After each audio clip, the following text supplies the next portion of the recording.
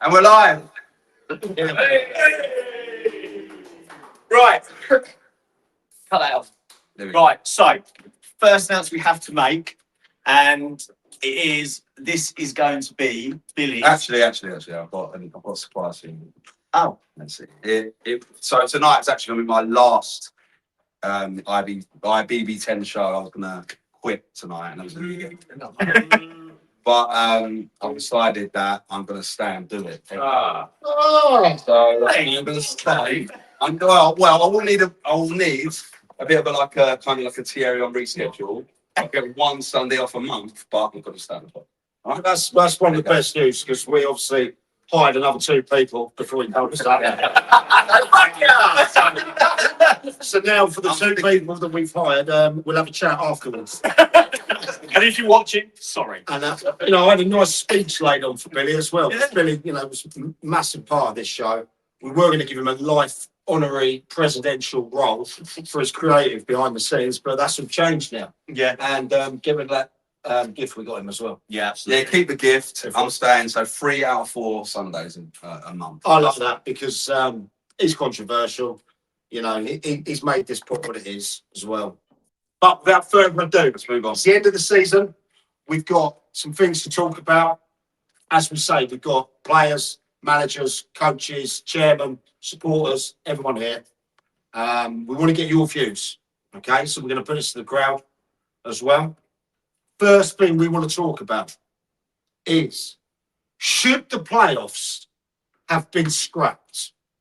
So we got SCFL playoffs. Should they be scrapped? Is the current format working? There's been a lot of controversy, obviously, with the Guernsey stuff, where there's travelling and things like that. Should it be on merit, where like the first 2 teams go, or what is the views on people with the playoffs? So we go for the panel. Why should it be scrapped? Why should the playoffs? Look, going back to like automatic 1 and 2 going up, means that a load of other teams will have nothing to play for, which means the budgets that are being spent, the commitment from clubs will get less and less, because if people aren't near the automatic and they're safe, they'll just scrap their budgets. I mean, players won't get paid. Means that players will end up by January, February. The playoff at least gives, well, it's 5, 1 up, and it's 4 in the county. Isthmian League's changing next year. It's going to be 1 up and 6 into the playoffs. 6. Yes, and 6. That got confirmed last night at the AGM, so that's happening. I don't know if that's happening with the Martin Henry exchanging. No. But having the top 5 means that normally 7, 8 teams. I was going to say 6, 7, but we're at Shoreham. I don't know if you can say that here. 6, 7. But 8 teams. Like if you look at, like, for example, in the Div 1, you had like teams like Arundel right till the end pushing, and they were what, 6th, 7th, 8th, or 9th in the league. Yeah, and they were pushing up. So I think scrapping the playoffs would just ruin the entertainment, in my opinion. Yeah. But then obviously you have situations where a team finishing second, like Hayden Teeth, who bottled it, as we know. But that's still, they were up there. On merit, they should have gone up. But they didn't do the business in the playoffs, did they? See, for me, I like the playoffs. I think it's something where there's a little bit of excitement at the end. You look at what, for example, people wrote off Billingshurst, Reigate, teams like that, and they got through at the end, obviously, with that. But there's been a lot of chatter where teams, if you finish second, you should automatically go up. For me, I like the playoffs, and I think it's worth doing, and that it puts it on. Well, actually, should Motley say something? He's been here for 15 minutes. It's unmuting. Molly, welcome to the show. Hi everyone. I'm on. Nice specs, Thank you. I need to see. You don't normally wear it on Sunday, yeah? No, because normally it's on a phone, so I can see it. It's on paper. Yeah. He's brought notes. I can't read my handwriting, so. As good as your goalkeeping. Molly, what's your view? Playoffs are an integral part of football, I think. I mean, you look at it and you go, the best part of any season, like you look at the championships this season, the amount of drama is caused in playoffs. Every year you get upsets, and it just brings that extra layer of drama to football, and it's so enjoyable, and everyone loves a playoff campaign. As a player, you know you're pushing to try and get yourselves into that playoffs to give yourself that opportunity to play. You know it's going to be a bigger crowd. You're going to have more people in attendance, so you want that opportunity to have that extra end of season run and get that potential promotion. One thing can we definitely scrap by, which I'm not having in the slightest. What's that? Yeah, the winners posting up graphics on their social media calling themselves champions. If you win the playoffs, Why not? You're not champions. you're not champions, are you? Yeah, why not? You're not what? You're the champions of the facts. Well, why can't you post that? That's bollocks, mate. They're not champions. Why can't you post that? Champions. You're not champions though, are you? Playoff champions. No, Mike. They are playoff winners. You're not defending it the next season, though, are you? So Don't have fucking. champions. Don't get a kit next year of champions like underneath your badge and stuff. 1 star. It doesn't happen. I'll get that. Can I put this question? We've got someone in the crowd here today that was involved in the playoffs. A manager over there, Cuz. Yeah. Manager of Worthing United. What's your views? What's your views? Because obviously, I love the playoffs, but like you said, I think 2 should go up and 4 and 5. what's in not having 6. More going down. No, not 6 and 5. Three go down, 3 go up. Yeah, I think I'm just going up. I think it'd be one go no, not for me. Yeah. 2 would be. But then the problem is, if they did that in step 5, for example, and there was 2 going up, 1 through the playoffs, that would mean the Isthmian South East League would have 6 relegated or 5 relegated from each division to make up for the rest of the 5s. Yeah. It's just a knock-on effect, isn't it? Because I agree. It's like, for example, you could be like Black Hayward Heath and who's the team like that? Stelling, right? Sorry, should know that. Considering I haven't seen on the bet. Yeah. Yeah. So them 2 are at each other all season on merit. They both should have gone up. Yeah. So yeah, I get that. It's just it's the annoyance of a pyramid. I guess is that like how does that work? It's step 5 to step 6. Again, you're not promoted into a league, Martin. I'm sorry, we've got Martin Gannon. He's a guy of experience back there. You're not promoted into a league, promoted to a level, right? So if suddenly that was more, it would just mean a lot more relegations across the step 5 leagues as well. If it was just Southern combination, I think it'd be easier. 3 go down and then and 3 go up. Brilliant. But then saying that, we get random teams in our league like Gloucester City or whatever they've called them, things like that this year, and all counties and Clanfield. Clanfield. Yeah. You can afford to that? Slaney? Clanfield. It's a Scottish title. But yeah, I guess that's the only problem is that if it was literally just you sharpen your or your county leagues, I should say, I think it would be to do that, and it probably would give a bit more merit to the kind of top 2 teams. So it's a general consensus then that we think that the current setup with the playoffs in this league is satisfactory. I think I should have 8 teams. Yeah, if you finish 9th, forget it. Well, I mean, I got relegated 1 year. Get put in the playoffs if you get relegated as well. Right, what's your opinion, mate? Because you were involved in the playoffs last year. Yeah, exactly. So I think that it just keeps the interest there, and I think as Billy said, I was actually of the opinion once upon a time that no, I think the top 2 should go up. But then I had a conversation with another manager, and he said exactly the same as Billy, and it obviously turned my mind around. I think just being able to keep those teams. If you look at Division here, I don't think anyone from down to about 10 could have made the playoffs, so it keeps that. It definitely keeps the enthusiasm going. I just think it's integrity, doesn't it? It's integrity of competition. It's always difficult for primary who actually down like they've done an unbelievable job. Did a great job. It's hard, but that's football, isn't it? Yeah. At the end of the day, they've got themselves in that position. It's now to finish the job. And to be fair, I fancy Billington, so I just thought he would have them, well, and he's done a great job there. See, I didn't, and I told him that last night. And I apologised to him when I saw him at the awards. Yeah, he's a lot bigger than me as well. Big lad. I know, yeah. He's a lot more intimidating than me. But I told him, I said, I thought you blew it. I thought that they had all the goals in the squad, everything like that. And then they came back. They even put on their X accounts. They thought they'd blown it a few games before. Crept in, obviously, did the number over Cuz a lot up there. They good. I'm glad they went up. They're a good bunch of lads. I think they deserved it that night, Cuz. Yeah, yeah, they did. They did, yeah. If I'm honest, I think your boys let yourself down. Yeah. On the night. Yeah, we think that's hand enough. But we know that. So, Yeah.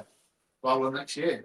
Exactly. Well, I did back Billy Zones. So there you go. You backed all of them. I did. I got the water.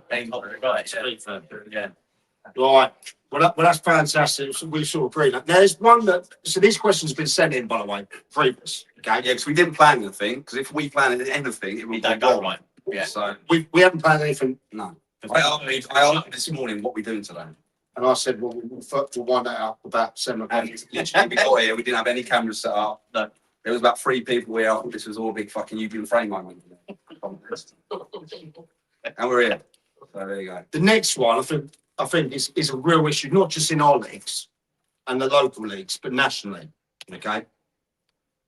Where has this referee crisis come from? And is there any solution you can put in place? Because at the moment, the referees, What's the crisis? there's not enough of them, and the quality of them, in my opinion, Not good enough. Fine. What are you on about? you're the biggest fucking man of them all. No, they're all right. I like that. Hang on, if we go back on the show, is there any sausage you going about? Nah, no, He's gone on official now, though, isn't it? He's got to be nice now. He's gone on official. What I say, I think with referees, I think a lot of these people in this room give them a hard time. I think all that's what done to referee. That's probably because he's suddenly become a Hastings suit, where he has to like play by the line and that. Well, I've got hopefully they'll do us some favours. But Monty, you are not only are you a under 18, under 23s coach, player, you're also a referee. Okay, I want your absolute honesty on the standard and why there's lack of refs in the game at the moment. Well, I mean, when you're looking at turnover for referees, we lost 400 referees in Sussex from the end of last season to the end of the season that we've just finished. Wow. And the majority of them say it's because of the abuse they've received. They did a survey in Sussex for referees that they surveyed 1,000 referees. 3/4 of them said they'd either been physically abused or verbally abused on the pitch. I mean, Have you ever been? I've been physically abused on the pitch refereeing. Someone's actually burned. He's still doing it. Yeah, I was 16 refereeing a men's game. Players come over to me and physically assaulted me. So, and I was 16 at the time. Player didn't even get banned from the FA. Yeah, that's ridiculous. But then saying that, if there's so many referees leaving, that's probably why certain referees get promoted way too early. Like I do see it. You see lads that are. Oh, I'm not going to mention names, but some referees have been like battered on Twitter, and you watch and you see them referee a game. You think, how the fucking hell are they doing? Like genuinely, like how? But someone's got to do it. If they don't do it, they don't have a game. So have someone in there who can't see anything, doesn't know the difference between a yellow card and a red card, and can't speak. But do you know what? At least they're in the middle, eh? Mike, Do you do the job? No, before I took over, do you do the job? No, do you know what? I was asked to do the job when I left. I was asked to do one for the West Sussex, and I thought, yeah, I could do this. Former player, I'd take it, you know.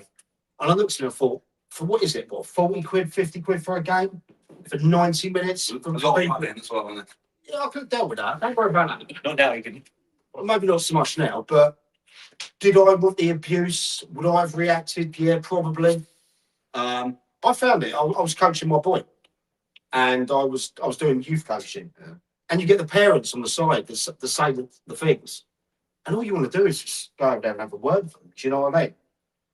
I want to put this to Martin because Martin, you're over at the FA and that. Right. You're keeping that. Do you think there is a lack of referees coming through, or there's a problem with the chain coming through? I think the problem is you just highlighted at youth level the amount of abuse they get from parents on the sideline. That if you're a young lad who wants to go refereeing and you get a load of abuse from the sideline, you ain't going to carry on, are you? So in the end, they're going to pack up before they even started. So you probably don't get the young refs coming through, and the ones you do, like Billy was saying, a lot of them get fast track. So they don't gain the experience, but then also the game's changed. They use their yellow and red cards a lot easier, a lot more. They don't talk to players. I think they're told not to talk to players. I'm not sure. Really? Well, I believe so. So you know, it's changed. If you get an old experienced referee, you get a better game because they know knowledge to go. So is the problem? Unless they're too old. Unless it's Like, Well, I'm for, I think it's not a factor. I agree with this bit. I mean, I've got boys that have been playing, and the parents, like the parents, it doesn't come from necessarily the kids, it comes from the parents. But I also think as a referee, if you look at the FA, the rule changes all the time. And how many rule changes? Yeah. So when you're a referee, it's hard enough to referee anyway.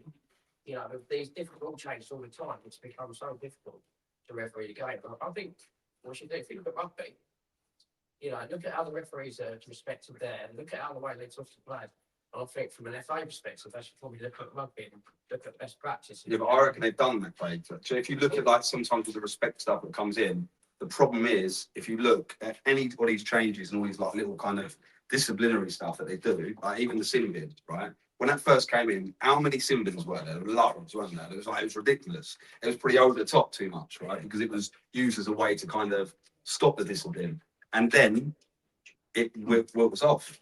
Like, how many sin bins have you seen this year? Like in your like games? Yeah. We got two, so you Still seeing them, yeah? But you have been quick, haven't you? So- Yeah. didn't we get actually what's one game with? Didn't we get the most red cards this year? But if they were but I'll say it's not that. They go through the bottom to halfway, so really. But with that, like, what I mean about the rules always changing with it, the problem is it starts every season. So July, August, September, these rules are really enforced, and then they seem to like be laxed. Yeah. So every time it's set up to be respect the referee, do this, you'll get a straight red card, blah blah blah blah, and it goes away. So I think it's more a football cultural problem that won't change. So if it won't change, how do we get the referees in? How do we, if it's not necessarily, I don't know, and you're always going to get it at step 2, step 3, step 4, step 5, step 6. You're going to get the whinging and the moaning and what have you. Adult football probably more than kids moan on the football pitch, to be honest. But then on the youth side of things, you've got all the parents moaning. I think the parents are more volatile than any men's player, right? You've refereed, right? I've had to jump in and do some like my daughter's games or even do the line. And even if I was talking to the back line about, because they're under 11 girls learning offsides for the first time. So learning how to get up the pitch as a unit over. So I'm talking it through. I was getting abused from the other team's parents going, you can't talk as a linesman to them and give them advice. You can't coach from there. I went, it's an uncompetitive game. It's under 11. But they were going at me, I just ignored them in the end and carried on. But it's the parents, really, right? So a lot of us are parents. Maybe we should, step up and start managing the other parents inside us. One thing I've heard, just put it in, Yeah. is that talking to another manager, it's like Pirates change, and they are starting to, the FA is starting to get managers involved to go to these referees meetings and basically, discuss to look at best practice. So, look, it's not going to happen overnight, whether it will change, but they have to be better than the FA, and that's what they're trying to do to try and improve the situation. I think they're managers from lots of leagues that are going to the referee meetings to discuss how can we get better. If we keep losing refs at that rate, we'll be having club linos at step 5. So, Rich, at the back, you're running the line next thing. Dean, can I put this one to you, mate? 'Cause you played the pro game, yeah? You've coached at this level. What's the difference? There's quite a few. I think it's certain topics that we spoke about. The biggest one I found is when you try and sign a player, a lot of it's money orientated from the start. How much we're getting, rather than the process, how you're going to play, how you're going to fit in the team, how I want to play, how we're going to train. That's a big one for me. I think With the standard of refereeing from where you yeah. were down to here, and then that coming through. Yeah, from the program down to the Referee. still refereeing. Yeah. I want to try and keep it. Not only that, but also the player interaction with referees. Yeah, I think in the program it's really good. Yeah, if you're running a tightrope, you can tell with you know, he's listed one more. I think in the leagues below, I think very different. I think what Martin was made a good point. The more experienced ones, you certainly get a better game of football or better flow to it. I think, yeah, a lot, and I'm not picking on them, but the younger ones, very experienced, I feel can be swayed and bullied. You know, Yeah, I agree. Yeah. If they're someone spoken to, you see, hold on a minute, a few decisions are swayed that way. I think it's very easy for that to happen, whereas obviously in the pro game, it's down the middle, everyone's treated the same. You know, if like I said, if you're running the tightrope, you'd be told, listen, you know, can't challenge like that again. If you do that, you're off. Whereas it's very, very instant the lower down you go. So are we the problems? The players, the coaches, the managers? Are we contributing to the problem? In my experience, I would say not so. There's obviously a couple, I'm not going to name them, but there are a couple of managers that are, you know, when you look at them, you're like, what are you doing? But I would say, other than that, not really. Not really. Has anyone here, managers wise or coaches wise or involved in clubs, felt that they were treated different from previous experiences with the refs when they've had them again? Arsenal and drama. Yeah, we Just Which? I was before my time, as in, we hadn't experienced this season, and I was like, "What's going on here?" He just seemed to be targeting, and we weren't even being aggy or anything, being kept. And then someone said there was an incident. There was an incident with a referee like 2 years ago. Yeah, with one of our old committees or something like that. And I was like, "What's going on?" Obviously, I didn't know. I've never been to Linfield before this. And they were like, "Yeah, well, there was an incident where I think it went like all the way behind the scenes." And I suppose it's human nature, though, isn't it, at the end of the day? Like you can, I just think, send them all on an SIA course, get them a bit bulked up, mandatory gym. Some of them, You know the debt collectors camps. they should have cams. They all should have cams on. 50 quid a pop. That is a great thing. No, if they had those cameras, yeah, it will capture the time a referee for a board meeting. Genuinely, referee for a board meeting. I know that. I the other way around. Yeah. I know they've used those cameras, maybe not to the book, but in the Sussex Sunday leagues, they've used it. Yeah, those cameras. We're scared of getting beaten up and pop football. No? Is that a deterrent? Yeah. Is that a deterrent straight away? Yeah. So if you see them with that, you Not think, for everyone, but it will be. If you're an absolute no, you don't care what the thing. But It'd be embarrassing to look back on. Yeah, Like, imagine that. They just post it every Sunday night. And I just think when we're talking about the young refs in the kids leagues, the ones that get abuse from parents, I think if we just get it in from their training, stop the game. Yeah. Boom. And I know it's if you're a parent, you don't want to see that. It's not gonna take long. If you know that's gonna happen and you're gonna be the one that looks like a dickhead. yeah, you can't say anything on it. I'm feeling. You're not going to do it again, are you? Before you're going to get outclassed from the club. Yeah. Even if it's a little bit of an angry club, if you're going to be like, "Come on, mate, stop doing it," so can keep getting called off. Again, I know that seems like I'm throwing out an easy solution, but if we start get that in from early, empower them, and then also make them do more games. Like you have to do, I don't know the rules. How to get Yes, you have to ref sticks to get a certain. Yeah, that's what I mean. That's awesome. Up it. So there's no rush, is there? Like, just take your time, work your way, make them do double what they have to do before they can go up a The level. problem is though, is the number of them, right? So if you literally have not got the quantity of referees, these referees are getting. That's why they're getting fast tracked. Yeah. There's literally there's no refs. So like, They've got 400 left Sussex. Where have they gone to softer than Yeah, 400. That's ridiculous. they've got Saturday job. They gone to last. They gone to Kent 100. Opportunities though, so Yeah, that's what I'm saying. is there enough education for them? No, I think referees just they give up. Yeah, fair They enough. just give up. But why would you do it? It's a thankless job. Yeah, no, Why would you want to be like? You're never applauded as a referee. Are you? But then also, on the other hand, the way we've heard refs talk to players and managers sometimes as well doesn't help. Yeah, some of them. When, Let's be honest. yeah, Well, does go on, right? I've got a thing on refs. I mean, look, I can't say that I can't sit here and say that I'm a fucking angel and Is your name? You're not.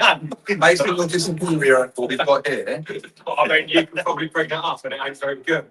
Last year I was quite good. Mike, you joined me in the dugouts for a game, Terry. I thought you were very fair, And but you got a few things. He was a young ref, It was a very. and I had a word with you after that, didn't I? Yeah, you did. And I think, to be honest with you, I You were best mates with his dad, though. no. To be fair, I didn't know it's that. But That's a fair fucking point. regardless of that, there's not enough referees who actually played the game, reffing at whether it be county prem or in Division 1 or even our league in Step 7. There's not enough refs who actually played the game that will see it from a player's point of view. Some of them they cut 40 quid, 50 quid up. They don't care what they say to them, and then go, well, but on the argument to that though is there's not play like, there's not enough players that want to do it. for example, like Coxie, how many ex-pros are going in to be referees? Yeah. Minimal. Yeah, hardly any, right? Yeah. And even county league players, no one's going, fucking hell, I've had a good 500 game career. Right, let me just call it something. Some Yeah. people have never even kicked a ball in their lives. I can tell by looking at someone. You It's not the fact that they may be former pros. Yeah. The fact that they've never actually been involved in a football team. They just go in a referee, and that's where the abuse comes from. In the sense of some of the managers who have played at a level or any kind of level, Yeah. that frustration comes out because you can tell that a referee hasn't played football. Yeah. And you can tell that they just don't really care and they're just happy to pick up a little bit of dollar and go home. On that, on refs quickly, does everyone like a ref that talks? Yeah. Yeah. Like, you know, even if they get it wrong, I personally, if a referee gets it wrong, but they explain why they've made a decision, even if it's wrong or you think it's wrong, I am completely happy with that.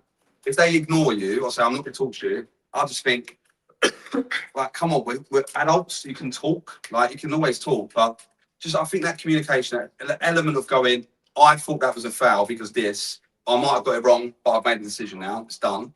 I'm happy to sit there and go, fine. It's when you fucking shout them, obviously, yeah, you'll have all big go. But if you call them over, or they just completely ignore you, or they even at half time or at the end of the game, you go up to them and go, look, what was that about? And they go, I won't talk now. We'll talk in the change room. Yeah. Like, we've got fucking 38,000 people watching us. Right? 5 minutes dog at some places. Like, just have a chat there. Like, yeah, it's fine. It's not a problem. But I just think the communication element is probably two things, right? One, I think with experience in everything you do in life, the more you get experience, you can talk more, right? Because you feel more comfortable in your skin. And two, I think it's probably because a lot of them are scared of admitting something and they get blasted on social media. That is a problem as well. You never see the striker highlight reel where they've missed the goal. You know, but what you do see is the ref that's made a copy. Yeah, we got to stop that. We got to stop posting referee mistakes. It's shit because you're gonna lose 400, and they do make mistakes. But no one, like says, no one posts a striker missing from two. Well, sometimes some. I don't think I want to get rid of it. Yeah, or but no one. You're right. There's a centre midfielder who goes, "Fucking hell, the referee got it wrong today." Listen to, and they clipped up from their VO and they put it out there. All right, what about how you did in 90 minutes? How many passes did you complete? How many passes went astray? How many times did you lose the ball? How many times you put your centre halves in trouble? Like, have a bit of accountability, right? Because if we start badgering everyone all the time, and it comes down to like social media, kind of, I don't know, like not just the way the world works, right? I mean, we all feed into it. Having this podcast feeds into it a bit. Well, we looked at the idea, didn't we? Yeah. We looked at the idea when we started this show of picking 3 or 4 incidents that we feel potentially the refs might have got wrong. Immediately, we think, which we thought that is not the way to go. You know, if they've got it wrong, they've got it wrong. We're not going to get anything out of it by highlighting what they've done. Martin, you obviously come to you before, but you're with the FA. 40%, 40% of refs have quit. 400 there have quit. That's a major concern, surely. I can imagine it is for the referees department or whatever. I don't get that involved in Saying I'm French. I didn't realise. Oh yeah, no, I've done it. Yeah. I know that. Publicly. Yeah. Oh yeah, I've done this. Yeah, not this season though. But November 25.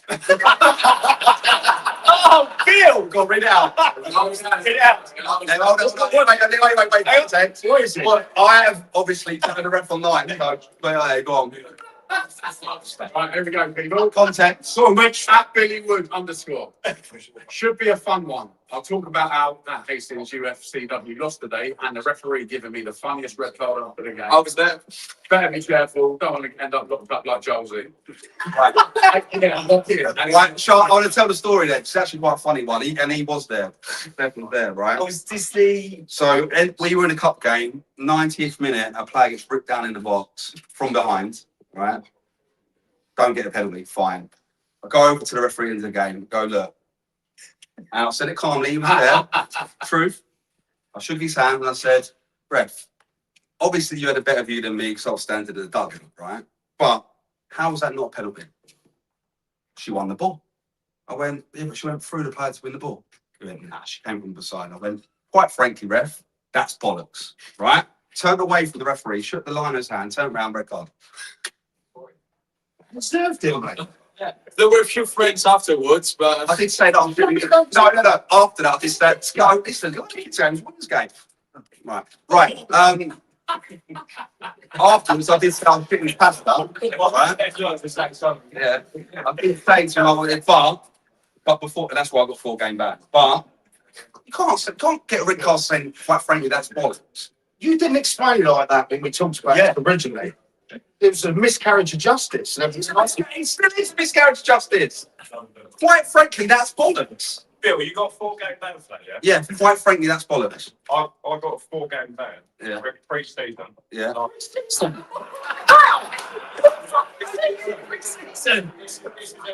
even get you the cards pre-season. Well, that's why I got. What did you do? I asked the referee not to put the yellow card through because it was pre-season. And you got And he sent me off for that. And I've got 4 game stadium ban leading into the season just gone, and I won't allowed to attend my first 4 games of the season. well, quite frankly, that's bollocks, mate. You know, I can't believe it's 4 games for this. But I've said a lot of words. To be fair, I did kind of mirror what you just said. I said, well, that's fun. Yeah. And then there's a massive. Make it out like it's completely innocent, mate. Definitely you weren't that. Well, that was Swear, it weren't I was that. just quite calm. I was like, I shook his hand. I did say I shit in pasta. Right? Yeah. You said you changed. After the red card. well, to be fair, Ryan, you know, that is classic. Yeah, the 4 game ban pre-season. Rich, thanks for the receipts. No, Yeah, Rich, thanks for that. Right, let's move on. This is something that obviously we've tried to help with. This is why, and Gareth, will come to you in a second. Is the media coverage gap killing Sussex football from where it was? Because back in the day when I was playing, and when Craig was playing, and even you had a couple of games, didn't you? down the road with you. We used to run to the Worthing Herald or stuff like that on a Thursday and a Friday. Look for yourself for the match reports in there. Yeah. What we tried to do with the brands, with the SNLF, and we started first, and now with this, was try to bridge the gap for clubs. Okay. Do we think there is still not enough coverage for the leagues? And has the newspaper side of it died out? Yeah, it has done that. Robert, what have you got? Can't read. Can't read. Well, that's It has died out. Yeah, I don't think people follow you, mate. Do they? Probably why they don't. I think and it's old news, isn't it? it's late online. I mean, that's the way of the world now. Okay, we've got to move with it. Anyway, I think. Yeah, but with that, so I don't know if anyone knows this, but with the newspapers, so no, for example, if you buy the Hastings Observer or the Argus or the Eastbourne Herald or whatever the papers are in West Sussex, Shoreham Herald. whatever, yeah, okay. They used to be all set, like they used to have their own offices and used to print their own papers and what have you. It used to be kind of done individually, right? So Hastings had a guy called Simon Newstead, he used to do all the football clubs around the area. So he'll do Hastings United, St Leonard's, blah, blah, blah, blah. And everyone else used to have that, right? They have all now been scrapped and it's just Sussex World. Yeah. It's one big Steve Bone does that. Steve Bone, yeah. Steve Bone has the job that everyone used to have regionally. So Steve Owen literally now has to cover the whole of Sussex like non-league football, which is ridiculous, really. He does get help, he's got people helping, but when you look at it like that, there can't be as much regional stuff. So back in the day, you wouldn't just get best teams in your area, you even get like the lower county teams as well. You'll see the lineups a lot, didn't you? You must remember it back in the papers, right? Paid. I used to mention on a Thursday to see if my name was in there or mentioned or the photo. Yeah, right. So it used to be pages, but even in like in Hastings, they used to have all the park leagues. So it'd be like a Premier, Div 1, all the way to Div 9. They have little write-ups who scored and the whole lot. But that's all gone because of the fact the papers industry is done. Yeah, it's done. Social media, I think, it's filled the void. I think like us, obviously, you know, we've got obviously the other podcast and SNLF in the crowd here tonight.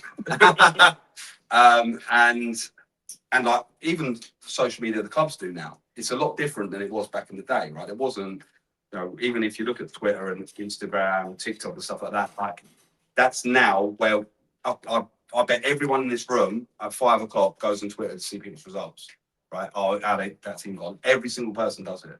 And that's just the way the world's changed. Dugout that. Yes, love that. Right, Rich. Shout out, Rich. In the back. Yes, sir. You ain't got it down like that. I'll give you a tenner in a minute. Right, so we're going to start using the app, but like, for example, like obviously we all use social media to find results, and we're happy when we see someone lose, and we're happy when we see someone win, right? But I think it's just the way the game, not the game's changed, the world's changed, right? We now get, rather than waiting for next morning to see, I don't know, who's on the front of the paper, what were all family members don't think naughty or whatever, right? You get a little notification on your phone from the news apps, right? Bang, done. That's just the world we live in now. Unfortunately, everything's instant, and that's probably what's led to so many manager changes, so many changes for players. Everything's now so instant. If we don't get instant results, instant news, we fuck it off. We've got goldfish brains now, and it's not a good thing. Gareth, can I come to you? Because obviously you one of the founding members, you, me, someone else, when we started off with SNLF, okay? We had the idea of trying to bridge it. You know, what are your views on what's happened there and what more can clubs do? Because we got, obviously, got coaches and managers and chairmen around. What more can they do? As the last man standing. Yeah. No, 3 years ago, I worked for the Times. They made me redundant. Did you? Yeah. I've done it that long, I didn't know. Yeah, I worked as a business developer for the Times. They didn't see a role for them anymore because newspapers are dying. Everyone's going online. No one wants yesterday's papers. Well, today's papers delivering yesterday. I think you said it. Yeah. A second of it. Games on a Saturday and Tuesday are going to get the news on Thursday. It doesn't cut it. So what we've done, and it's working. Like 3 million views on Twitter, about 1 million a year on Instagram, 250,000 on TikTok. Like those live instant hits of where it's going. What more can clubs do? Clubs, Because you sit on the outside there, you go and visit all the clubs. I think for me, It's the food guy, by the way, that doesn't know. He does all of the burger reviews, the best burger reviews in the world. So if your burgers are shit, He'll let you know. Shout out the Sussex FA.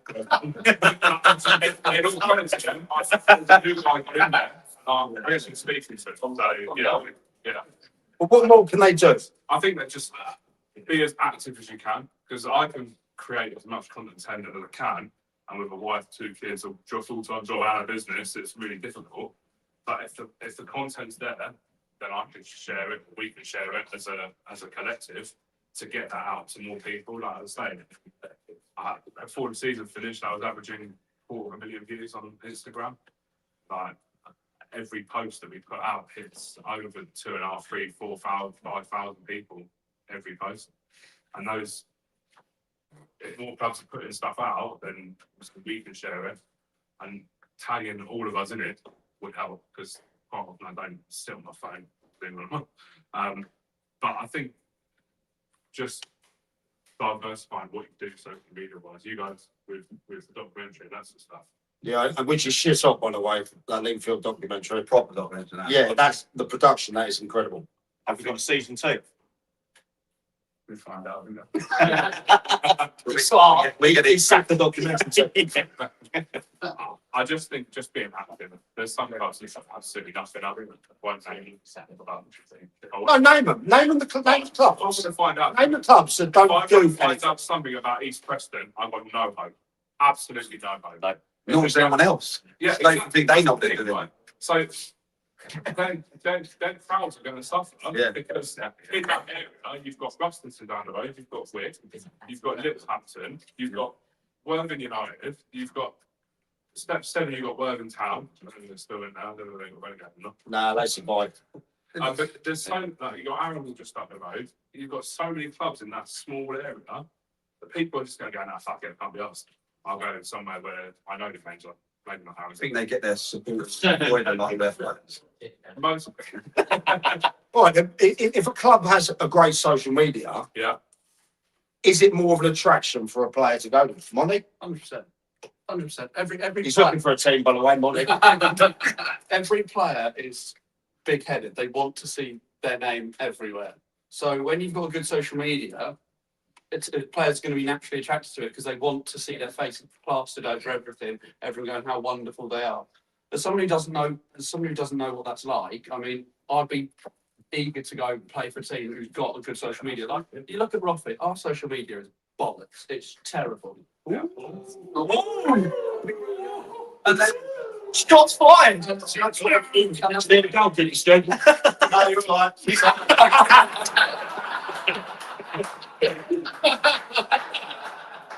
But that's why we brought in 2 new social media admins to the start of the new season. We've gone out and actually got new social media people to do it because it's been terrible. I mean, I'd be going out to a game, speaking to my dad, who'd say, "Good luck," and he'd go, "Who are you playing today?" So I can follow their Twitter. Because our Twitter wouldn't be, our Twitter wouldn't do anything.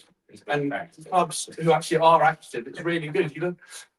You look at like Lingfield, the documentary, it's brilliant. But a player would love to be on that, as long as I'm not the one you're playing against. Have you been out yet? Oh, Oh, we've done a special on you. Is that last week? The goals and that. one more I saved him, I was going 5 feet wide. No. It's the only save, mate. All right, on that note, is the geezer who keeps slating me for using AI in there? Me. No, well, graphics. I hate AI. Yeah, I didn't. I didn't. Oh, you do that. Hey, what's the future? It weren't him, but you're starting now. No, I personally, I don't know if you use AI. I don't know if you do. You're not the Not one. the same. I know anyone else does, but I do. Yeah. I know the one. I know the one. I'm not. The reason I'm It's not him, but It's not me. he'll still take it anyway. Yeah. No, I just don't like AI. Right. Not, and it's not a knock on Dougie because we all love Dougie, right? You think Dougie? I'm going to ask you a question. I use AI. Yeah. What's your solution for me? What's your solution? I've got a geezer in India. Yeah, that's right.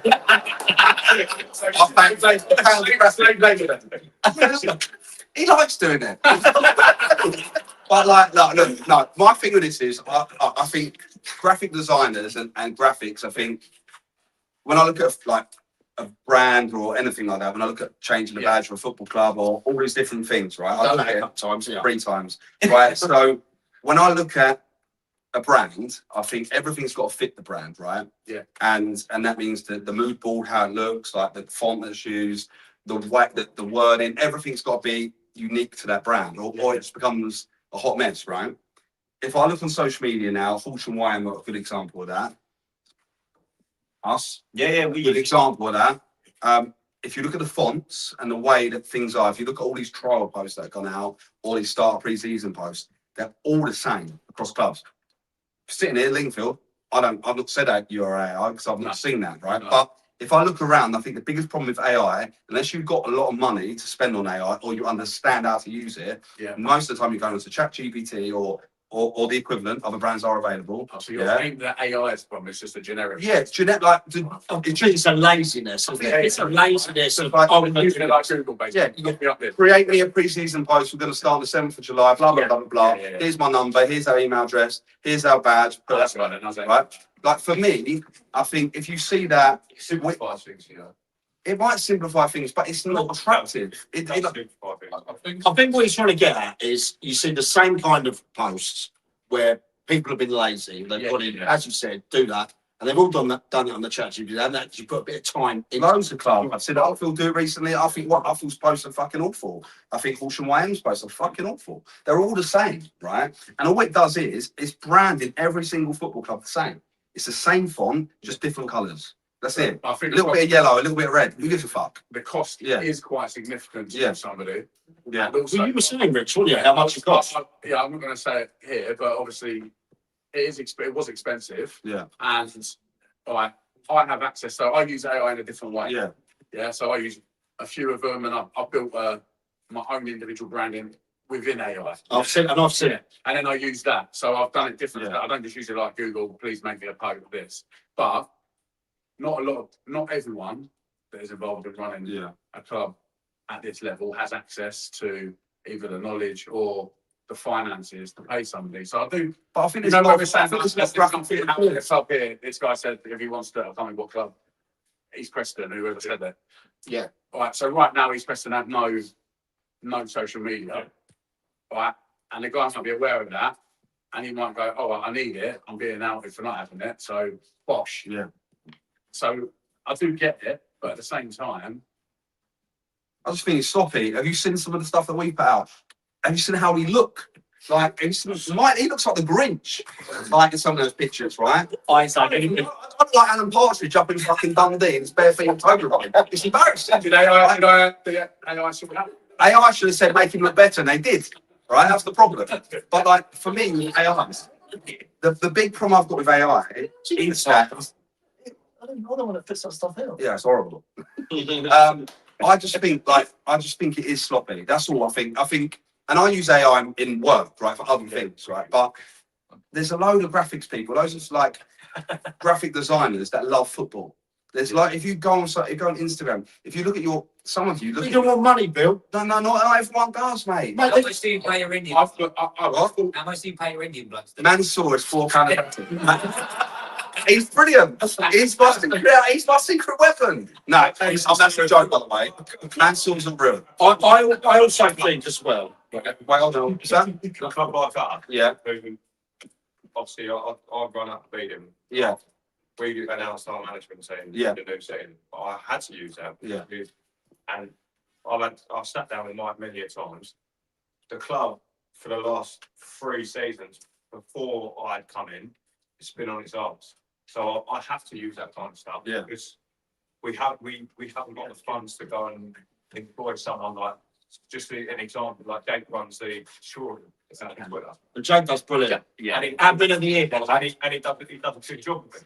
Like that, so I could never say to him, "Well, I'll give you X amount of money," because Yeah. we don't have that money. But I think we're looking at it the wrong way. I actually think there's people out there that like are either in college, wherever that will Yeah. time. Yeah, I agree with that. Oh, you- There is probably people, but it's effort, isn't it? It looks like you've got to look. Yeah. You've got to look for those people, but B, I still think those people will want some sort of income. That's about it. But what for us at Unbeaten, our social media is run by my missus. Yeah.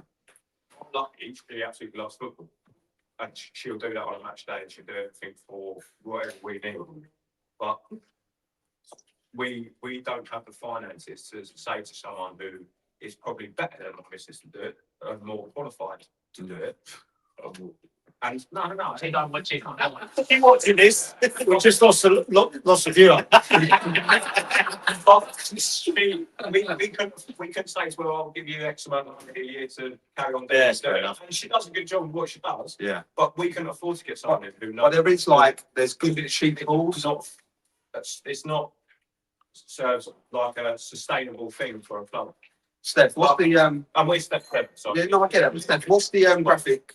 That one that's easy to use. Canva, right? Everyone's So that's what we use for our team sheets now. yeah, like then I personally, and I might be the complete minority on this, yeah, but I'd rather something authentic on something like that and not amazingly put together. Yeah, but they're all the same as well. You mean, But it's exactly AI.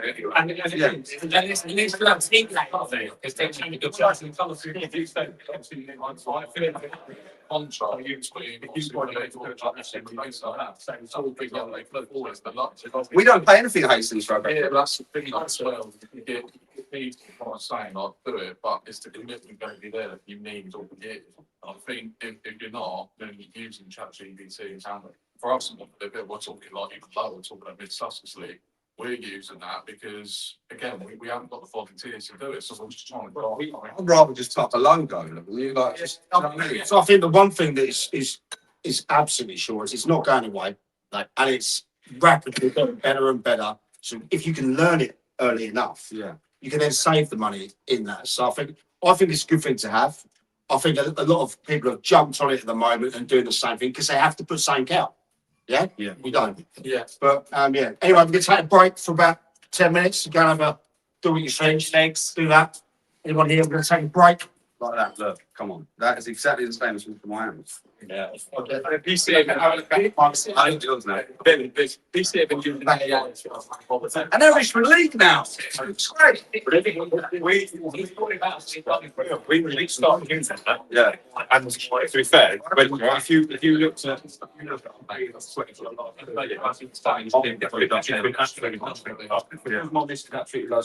she comes in over. She's like it was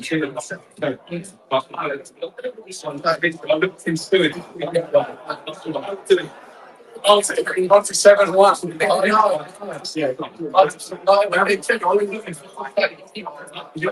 Not Neuer played. Did Neuer play? Yeah. Similar stuff in our politics. But there is something. What we've done. This looks clean. It's the back. Yeah, it's still like, yeah. This looks better than We've taken the brain. I think that is. it's the same.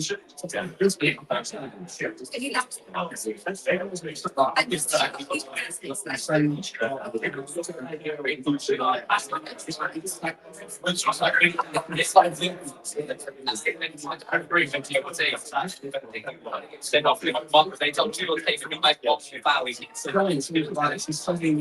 Oh, yeah.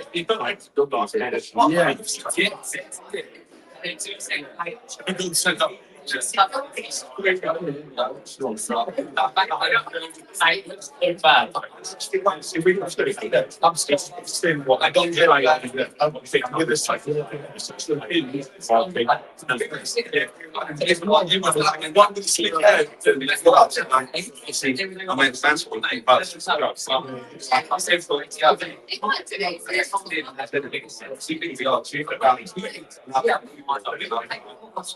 I guess that's no, that's yeah. I'm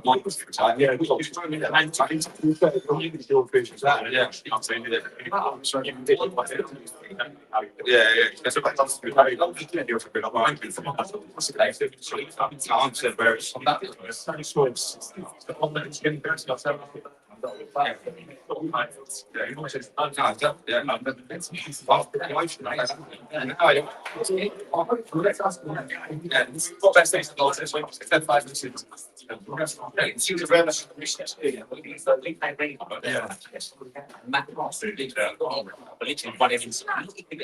Feel to the bit.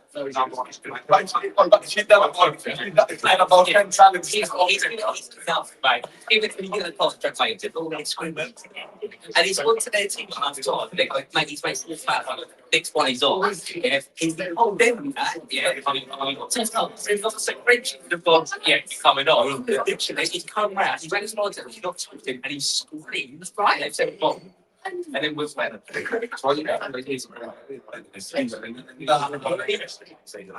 don't know. I'm not going to yeah, so I don't know if we're going to end up getting them in Mate, see if they'll do it. Oh, that's a nasty. But it's just, I think if perhaps one people go, what is it's all over the stuff because everyone wants a certain amount of people to do all the jobs. But then it's all just Hey, to be honest with you, we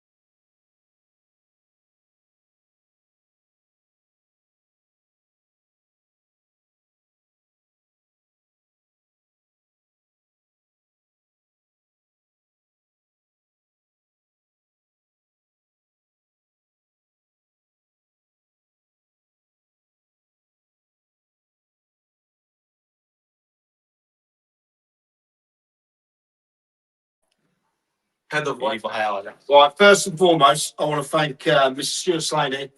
Give a round of applause, please. Sure, next level.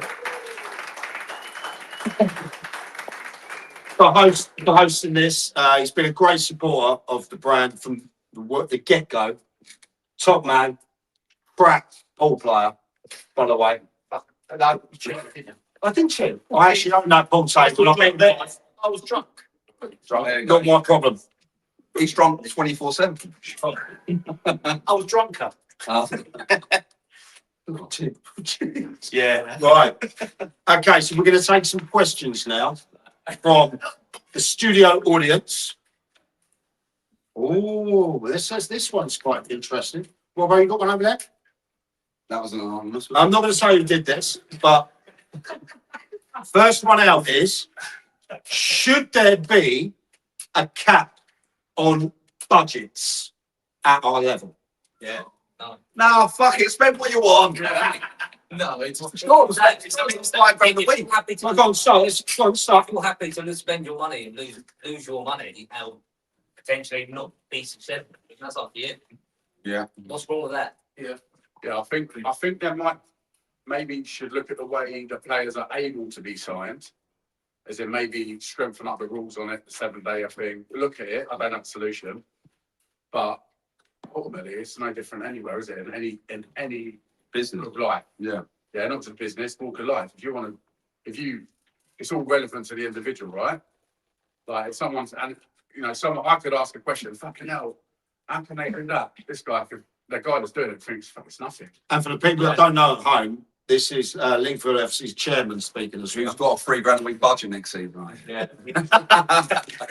Charlie's loving that. His eyes lit up. Five games. No, but on the budget thing, Go on, you know, because you've been there, Bill. You've been there. look, You're not big on someone. I've been on it. That's not it. Yeah. What, manager? Wait, you reckon? Tell me it's Go on, Bill. You've been there notoriously. So I've seen it from different angles as a CEO, putting my own money in as a manager. So I've seen all different things, right? Whether you're managing the club's budget, controlling the budget, or effectively trying to run a business to maintain a budget, right? So at Hastings, we very much it's not a pie in the sky budget. It's not like, oh, here's X amount a week, and we just work out that figure. We work out, we do a P&L every year. All right, this is how much the club brings in, or this is what we think we're gonna bring in. It's like, you have to do your kind of, your proper budgeting. We look at that and we go, right, okay, based on our outgoings, what we're gonna spend on gas, the boring shit, gas, electricity, water, blah, blah, blah, blah. How much have we got for the football?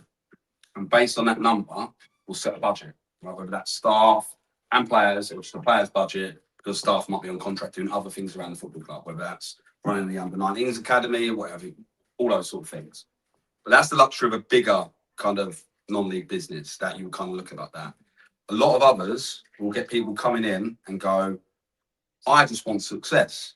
I just want it now. Like it's going back to my point earlier in the pod, was we all have goldfish brains now where we want gratification right this minute, right? We want to win on Saturday, win the next Saturday, and we want to win the league, and we want to do it by any means necessary, right? Or if you pick a club up in the dregs, what do I need to do to get out of it? And it might be spending money, or it might be bringing something in, whatever. I think budgets relative to a club's income would be better for the club's sustainability long term. But problem is, and this happens at all levels of football, now there's obviously transfer, there's caps on the bigger end. So obviously, the Premier League and what have you, and the Football League, you can't, you have to spend within your means over a 5-year period and what have you, right? Yeah. That's not going to be overly regulated in this level of football, because we've got one will be a community club, one will be a limited business, one will be like shares by a committee, another will be a charity. Everyone's kind of different, right? So it's not every club. I don't know. Just Sterling have a few of them, don't they? They have like 2 or 3 different types of business within. Well, maybe, and so do we at Hastings. We have the charity arm and we have the limited company, right? not that the charity's used for charity. Don't get any ideas. Charity start dying. But I'm kidding. I'm kidding. But But 10 mansion. yeah, exactly. I don't own the club anymore. It's fine. Sold it for about a penny. I think the problem you've got is there's a lot of people getting football with the football manager dream, and what I mean by that is, well, I've got a bit of dough. I can fulfill the budget to get this club going in a direction. If you're not winning, a lot of those people fuck off, don't they? Let's be honest, right? Yeah. How many like money men have come and gone in football at all different clubs at all different levels? They come in, they flash it around, and they get bored and they piss off.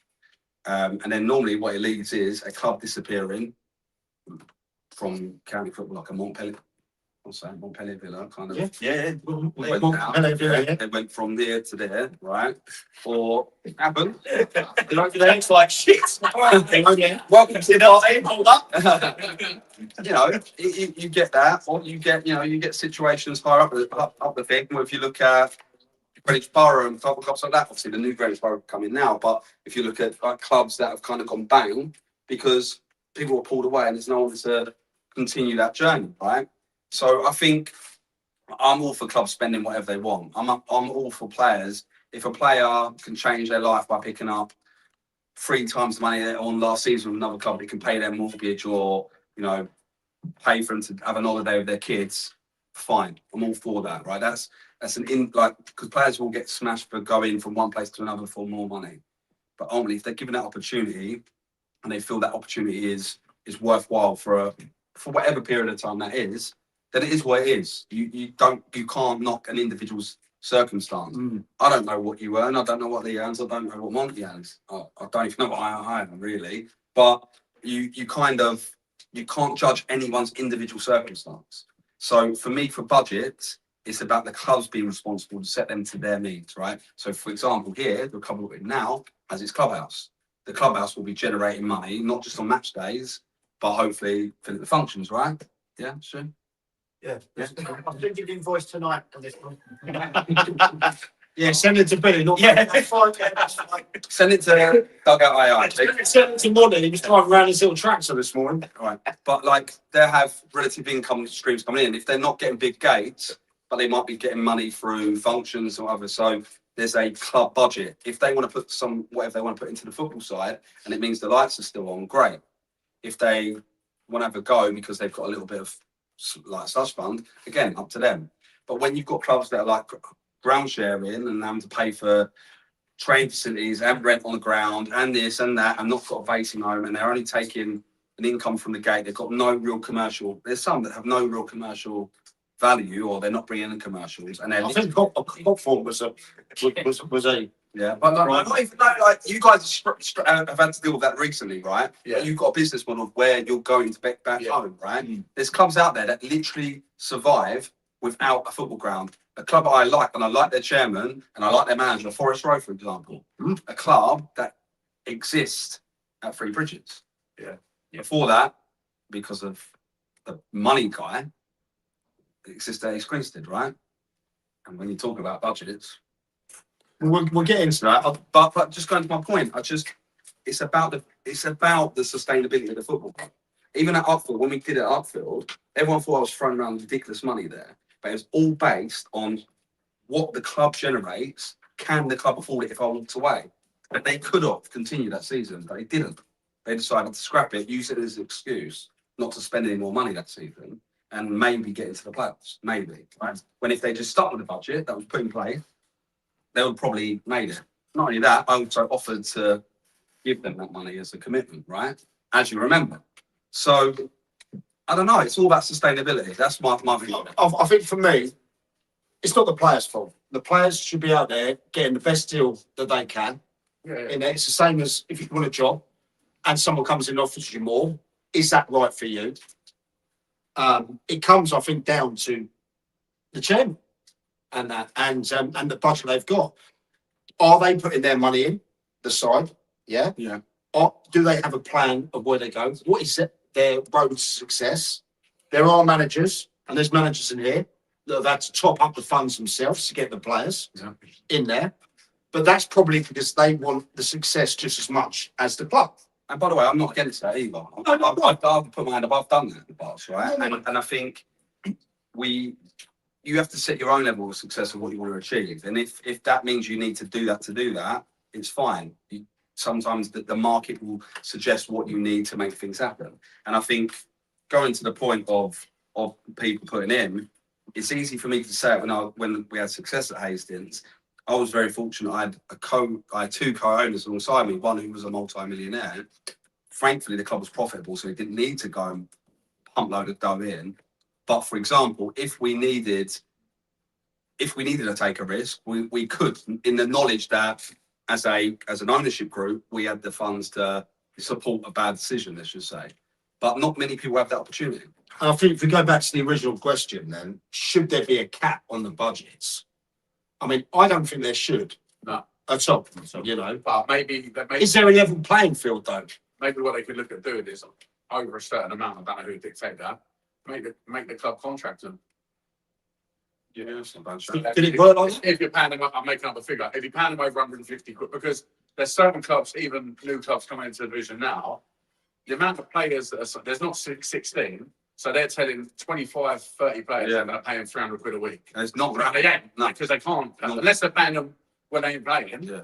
which is fine. If they want to do There's that. no way of managing it though. No. There's no way of managing that because, especially at our level of football, Or at least, it's the same as the old days when you used to get your brown envelopes in your boots and it's moved out. You know, Your brother did me a good deal when I was the last with him. Hey, Steph's had a few brown envelopes this season, anyway. but that's what happens. People will never tell you how much they're really paying. They'll either up it or they'll lower it or whatever. But no one yeah, but really maybe put something in place to at least make them have to make full Report it.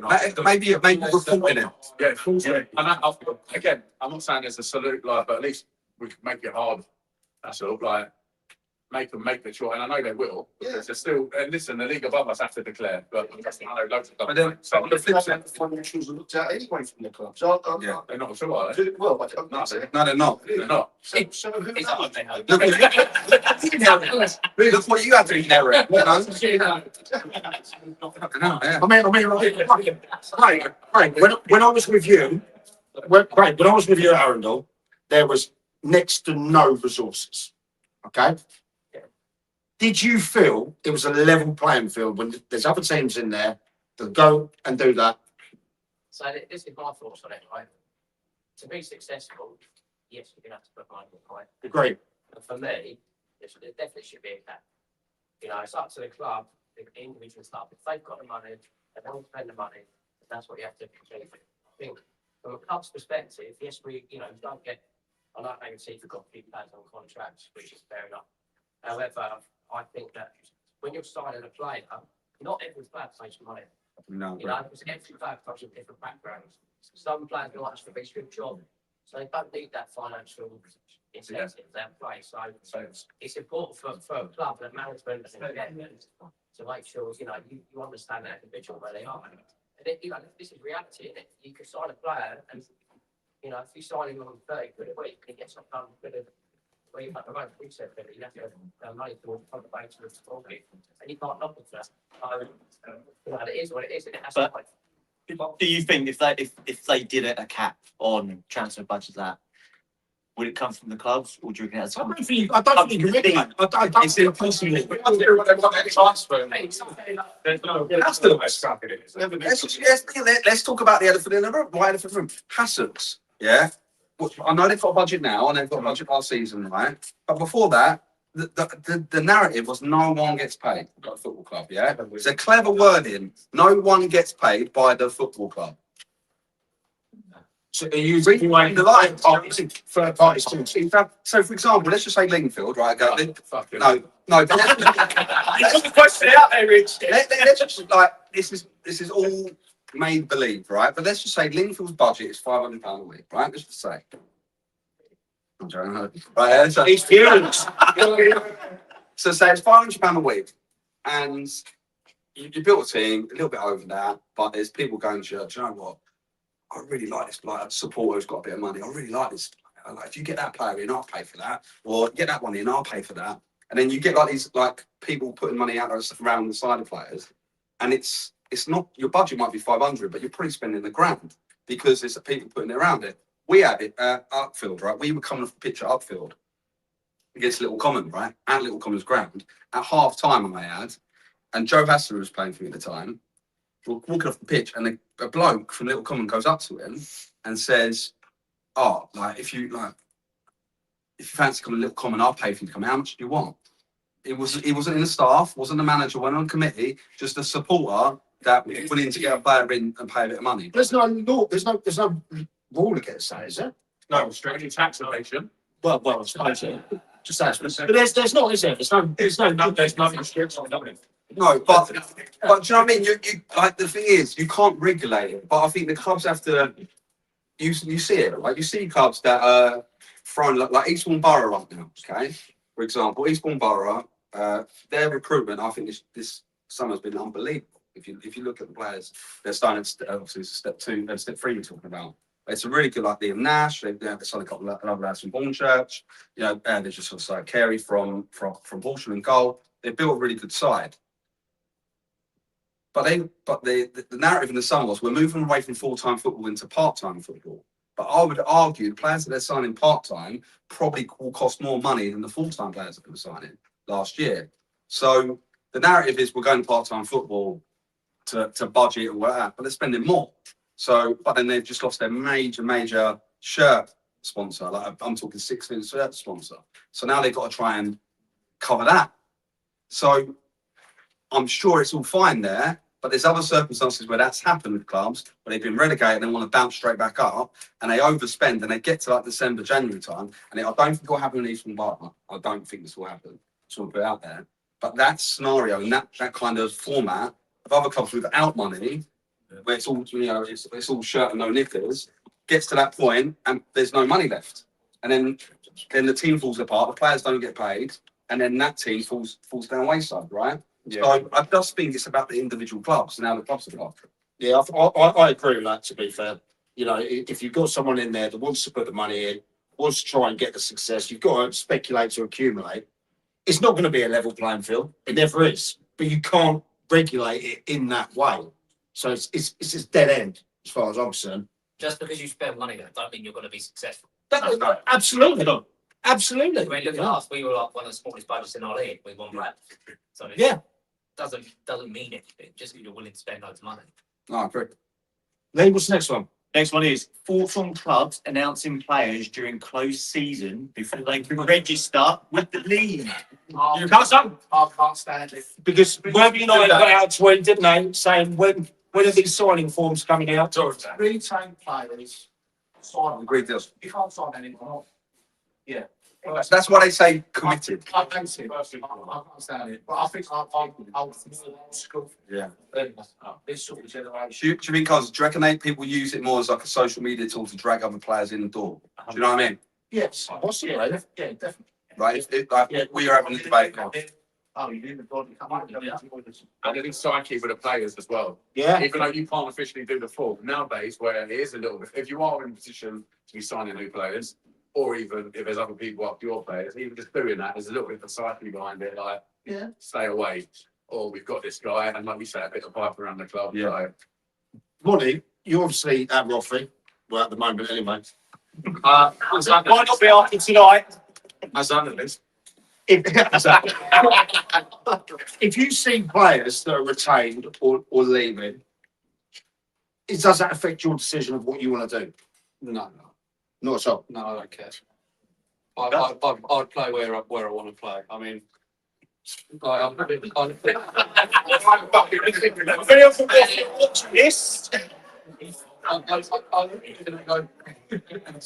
knowing who's playing where doesn't impact me because it doesn't impact my game. I mean, yes, I might. But you got your talisman leaving, yeah? You're not going to be happy with that. Or if you see a couple of top players joining, surely that's going to influence you. Yeah, you're going to go, like, they're good signings, they'll improve the team, you're probably going to do a bit better. But at the end of the day, I'm trying to play and focus on my games. I want to improve myself, I want to work on myself. I don't care if we've got a 30 goal a season striker, great. Oh, I'm not having that. No. It's like, I'm not having that body. I'm not having that.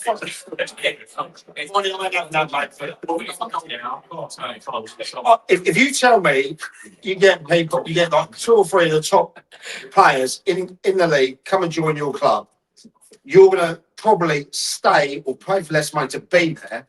Or if you lose your 2, 3 best players, you're going to start looking at. You tell me that's not going to affect your decisions. Nah, I think you're talking shit. It's good. It's not me tonight. No, sorry, mate. No. No, mid-season, Roffy, we lost our best player. Cheers, Billy. Yeah. Mate, went to Hastings. Good money as well. I didn't look elsewhere. All right, because we. I won off. Let me put it. Yeah, you did have offers, Shoreham seconds. Charlie, 23s, weren't Stu? Charlie, I want to put this to you, mate. I want to put this to you. And by the way, apologies for not putting you in the team of the season after clearing up on all 3 awards at Wick. And you know you're my boy, and that. So apologies for that. You've moved from Wick to Littlehampton, yeah, and that. Did what Monty's saying there? Had you seen 3 or 4 top players, would that affect your decision to stay or not?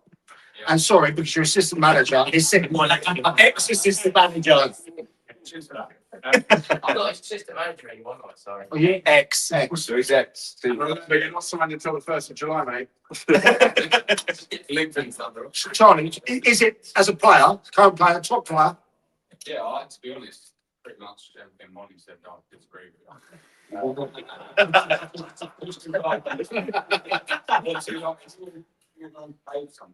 you're committing to be there for the rest of the season or for that season or however long. If you're seeing better players coming in the door, for me, that's a no-brainer. Like, you want to be a part of that. If it's the other way around, like, it's thinking, you know that players and you've done great from their side, and you might go, oh, so we'll be a part of that, and more relaxed. There's a lot of rubbish that's actually probably. Gaffers were saying, like, you know, they're saying we're going to get this person, we're going to get this person. It never happens. Yeah. So a lot of this stuff, we're going to get this person, we're going to get this person to get you in the door. Yeah. Then you get there, you go sign on, whatever, and you don't see anything.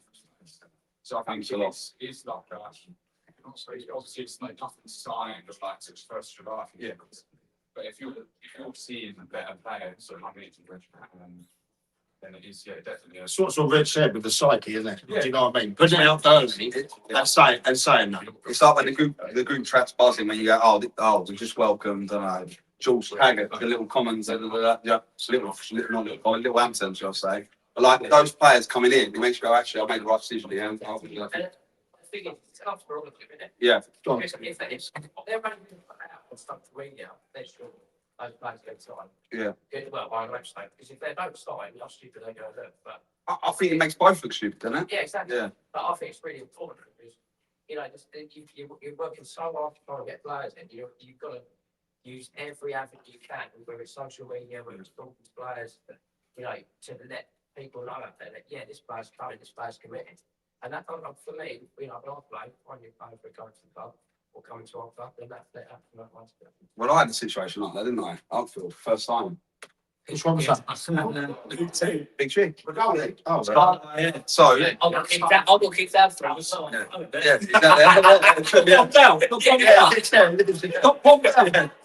True story. So, like, I had a situation. So, obviously, like, I'm very close to Essie Dons, as you know, and they obviously were a Sunday team at the time. George was going to come to Upfield. he mugged you off, didn't No, he didn't. No, he didn't. He didn't. He didn't. So he signed. Still better money. He actually didn't. So he was coming to Upfield. He made you look a bit silly, though. Now, this is an opportunity to tell the story. Let's tell the story. Let's paint the narrative, right? It's easy to make little jabs. Speaking fact. Right. So, George, for example, that. So with the Upfield thing, we wanted to go up. That was the plan, right? So for me, a good goalkeeper. Sorry, but I remember. A good goalkeeper is really, really important to that. And I was speaking with George Camerassi, Big G, about coming to Upfield. And the reason he was coming to Upfield was 2 reasons. One, because SE Dons wanted to go into Saturday football, but they were rejected that year as SE Dons. So they wanted to learn a little bit more about how football club works. like on a non-league basis rather than a part-time Sunday league kick around on a park basis. So he's like, look, I'll come in, we'll film the whole thing as well for our channel, and I'll be the goalkeeper for a year, and then you just have to teach me the runs of the football club. So I can feed it back to the lads and blah, blah, blah, blah. That happens, we sign him, we announce it, gets great traction. Players want to come based on that as well. We signed a few other players based on them excited about the project of Upfield. And he calls me up and goes, he calls me up and goes, look, we've been offered a football club. They were offered Forest Hill Park, I think it was, right? We've been offered Forest Hill Park. We're going to take them over, and like they're going to be we're going to be Forest Hill Park for a year as the SE Dons, and then the year after it'll be SE Dons. So I can't have SE Dons going to Saturday football and we not play for him. It's just, he's like a major character on the YouTube channel, right? So again, it was before the first, even if it was the 1st of July, 7 day coming, he's gone anyway, 7 days, yeah? But we had a situation like that where we signed someone, looked stupid, not everyone knew the full story, but did me a favour, so I got a few players from the door out of it. So fuck him. Fair enough. But so we've agreed that either Monty's deluded, loyal, or not. No, He's a loyal one. He's loyal. He's loyal. I will play with whoever they fucking want to play me with, as long as they play me well. That's. You pay off. so we've had money in. And this is the one that on his Instagram yesterday was riding one of those mowers in his lawn that he could have had a level-aside pitch on. Is that true or not? Yes. Yeah, it was. Okay. I had links on the band one. Oh, well, we've got a couple of no. And just whilst we're on Monty, this is one for Lee Penn. How did Monty make the SCFL squad of the season? For people that don't know, for people that don't know, Lee Penn threw his toys out the pram last week. Near enough quit the show. And after an absolutely diabolical team season. So this is your chance. Now, thank you for coming back to the show. I was never leaving the show, mate. I was leaving the show. We thought he was going. But that's the way I get to show yours.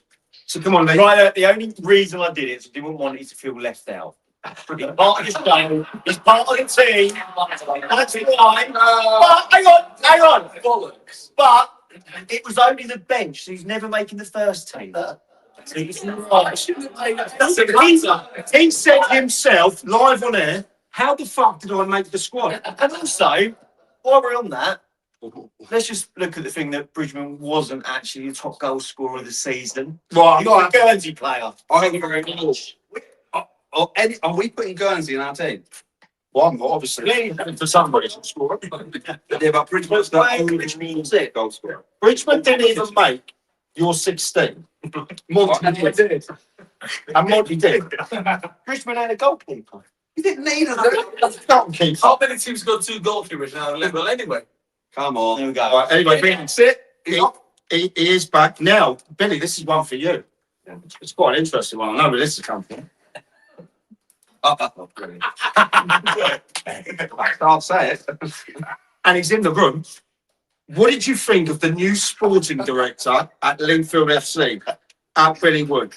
Right, I'll say what I thought. And for people that don't know, the new sporting director was over there.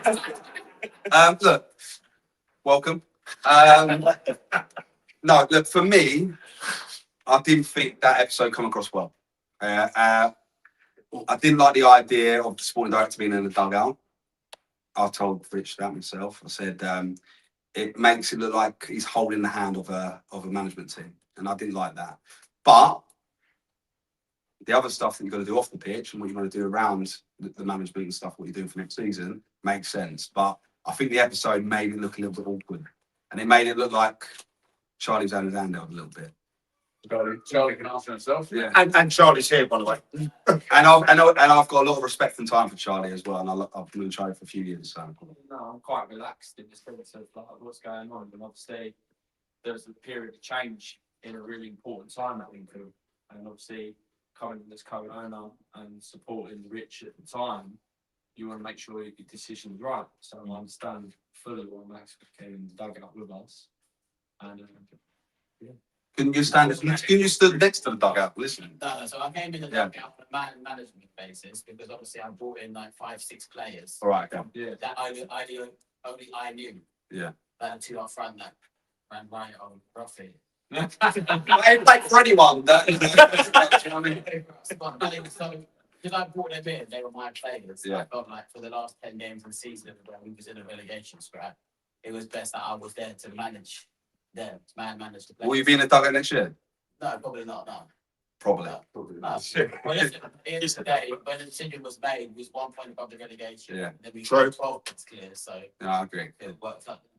I like that. I like those questions. You know, everyone says their bit. No, that's the whole point. Yeah, yeah, exactly, exactly. Right, so what's this one? Right. What do you think about the level of coaching and managers across step 6 and step 7? Because there is a few that have got some jobs. I don't know on merit. Awesome. What do people think about the level of coaching and managers? There's some real decent ones and some real shit ones. A guy I've got a lot of time for turned up in flip flops. What was that? I'm not going to mention it, but he's a good bloke. He turned into flip-flops. In the Not in the dugout. in the dugout. No, I'm not having Of course, that. yeah. I'm not having that. And flowery shorts. Oh, fuck off. No, sorry, just. No, he didn't.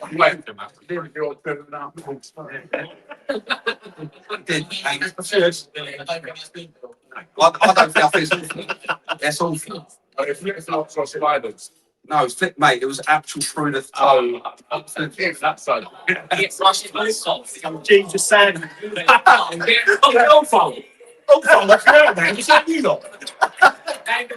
not having that. We're not having that. He's a good guy. Mate, He's a lad. Just But- The standards have to be set. And flip-flops and Bermuda shorts in the dugout don't sit with me. Yeah. Look, no, that's one example, right? But then there's other good coaches. But then there's some like that are just like load of staff, and it's like fucking hell, steps. I saw one at step 7 that had a free kick, set piece coach. Well, they stood up the front. Yeah, they actually, and I thought to myself, that's step 7. You know, that is ambitious at that level. Ambition. Having a step piece. ambitious. it's a final of 23s team that currently have Hang on a minute. Oh, is that? It's not Shoreham they've got an under 23 set piece. It's okay. She's got a 23 set piece coach. It's got big. Oh, they're out. They haven't got a set piece coach.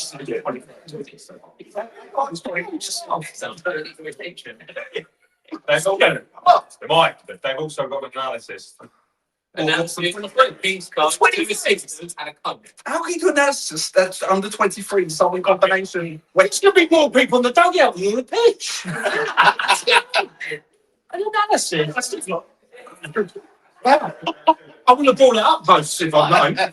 Talk about Monty. Where did I finish? Yeah.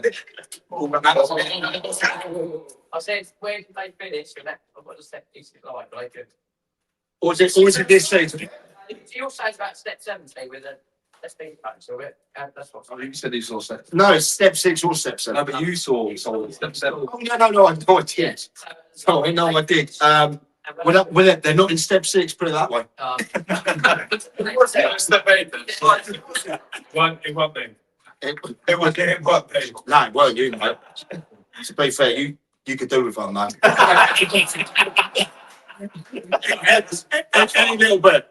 For people that don't know, I did a little bit of content. I spent a game with Upper Beeding in the dugout for a bit of then, and yeah, I ain't going back. It was different, wasn't it? You know, it was different. But I know you've got things sorted now, so we'll move on. All right, can we just answer that question a little bit better than just flip flops and set piece coachings, right? No, there is some good managers in step 6. They're like, there's some real diligent ones that do their job. Is there some managers out there, Bill, that you feel have got a job that shouldn't have the job? Not quite names, am I? I think that's what this show is. Names Names, what names? That's what the show is, mate. No, but I'm not going to talk about step 7, even though we've got step 7 in the room. We did say that we would always talk step 6 and up, right? Oh, what about the step 6 managers ain't got books? Who ain't got a job? No, oh, sorry, maybe she never have a job. Gigs and flip flop. Yeah, we won't talk about. Where are we?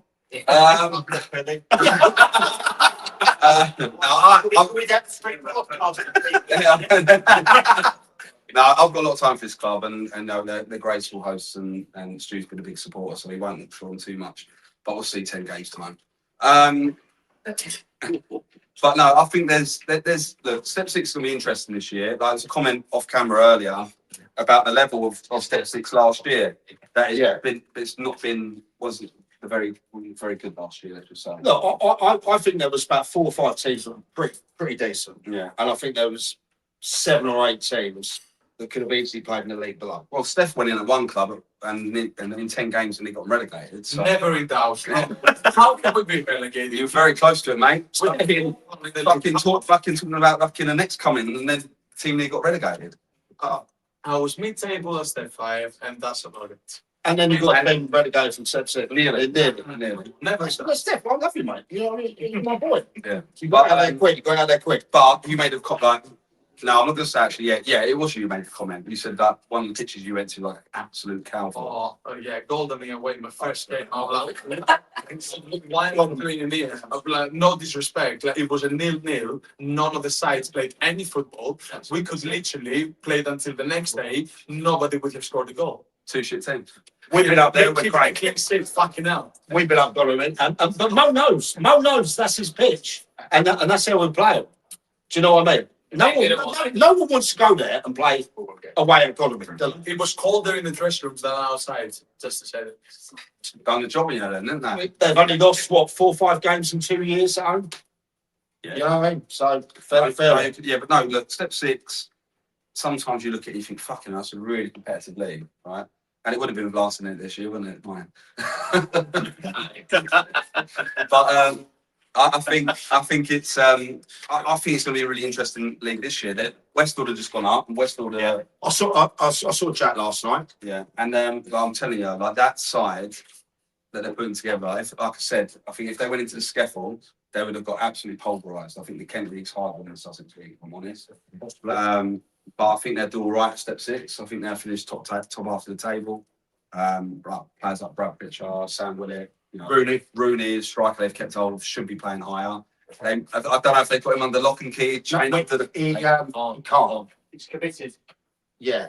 Yeah. He can't. He can't play higher for a certain reason. No, you must be able to now, mate. To play that level, you have to have that thing you're talking about. Yeah. You can't play step 6 for that thing. So if he's playing step 6, that must have happened. And I reckon the Stapleys have got a chain around his ankle, keep him under the stairs, and just release him on match days. He lives with them. Is it There you go, the then. same thing as a certain East Preston player? Yes. Yeah. Yeah. Who? Yeah. What?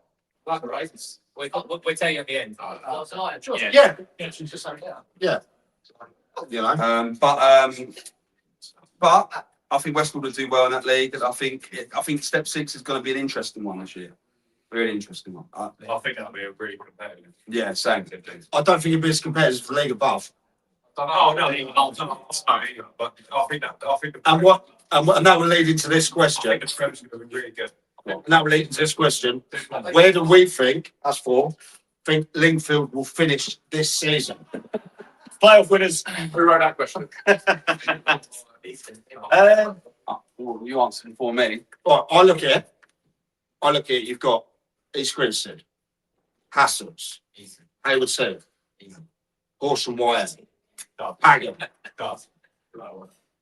There's 5 there straight away. Okay.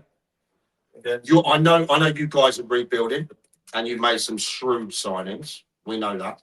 We also know there's teams that are paying over 350 quid a play for a game. And that's without any bonuses. What? It's 5. Yeah, In our league, yeah. Yeah, 300 is fucking cheap from some of them clubs. I've had this player on £450 a week. What's the game? £3 a game. Oh, I mentioned I played the music last week on the pod. I've heard that East Grinstead's budget is unbelievable. There's players signing from like massive clubs on big money down there. Yeah, well, mate. Take the wrong 3 days. Should we go into your content? Andy, if you're out there, I want to get on this Chipotle trip. Yeah. No, anyone from East Grinstead can come out and say if they want. Yeah, they can come out and say it's bullshit. But there's players that have been agreed at other clubs, committed, and have now decided to go to East Grinstead on big money. Yes. I know one lad on there is on 4 times money he was ever on at a club previously to that. It's Be laughing when they're 5th in October. wouldn't well, yeah, well, they make playoffs. Get scrapped before then. But I think for me, if that's the way they want to go about it, fine. But when you're spending that sort of money, again, it ain't going to be. We're not stupid. We know the club's not spending that money, right? It's not. East Grinstead have never spent that sort of money, based on where they are. So it goes back to our sustainability conversation. If a certain person gets bored or doesn't get what they need, and they walk out the door, what happens? All the club. Yeah, they fall apart, but then what happens to the club? Name's like Forest Road, I feel. Yeah, which has been a hard fix. You have to. They won 10 in 10 first 10 games. Forest Road. Yeah. They were under, and then Yeah, but then you have to look at the Forest Road situation, right? And what they've done to look. Don't get me wrong. If you look at their form in the last 20 games, it was relegation form, right? And thank God for the early start that probably saved them. But the fact that the chairman there stuck by the club, trying to keep them competitive this year with their manager and sticking to their guns, that's sustainability for me. In a really hard, I like Forest Road. yeah, in a really hard situation. Good guy, and He's standing more the model of Yeah, a geezer that's not part of the ownership of the club. It goes back to that. Why did he leave? Does anyone actually know why he decided? Grinstead, Yeah, because they were previously at Grinstead. they were the under 23s, Yeah. I did the interview with them when they actually left, and they'd all had roots before. No one can blame them for taking that step into the unknown. Do you know what I mean? As a manager or coach, you want to go for it. Yeah. Huh? Oh, thank them as well. Exactly. Yeah. Yeah, but There's real connections as well. yeah, but then is the dilemma of success at step 5 or relegation at step 4? I think in their heads, and again, this is speculation, they looked at their side that they had at step 5 that they could transfer to East Grinstead and thought, we'll have half enough here to keep the club up. And it just didn't pan out. I mean, on paper, the players they brought in, you would think they were going to play up. Yeah. It didn't work. So where are Liverpool going to finish in? For me, Bob, for me, I believe with what I've seen and what they're trying to do, if you don't finish in the playoffs, It's a failure. it probably is. First job, yes. It probably is. Yeah. You're going to get another sack. I'm on a commission with Rich. What is your aim? My aim. Yeah. As a Playoffs. as an owner as well. Yeah, go on. There you go. Not very much your aim. You fuck this guy. Also, you got to be realistic. I feel you've got to be realistic because you were 1 point away from relegation at one point last season, yeah? And then you turned it around. Yes. My brain just doesn't comprehend what's going on over a course of the season. The way I look at it is I'm people at the top all the time.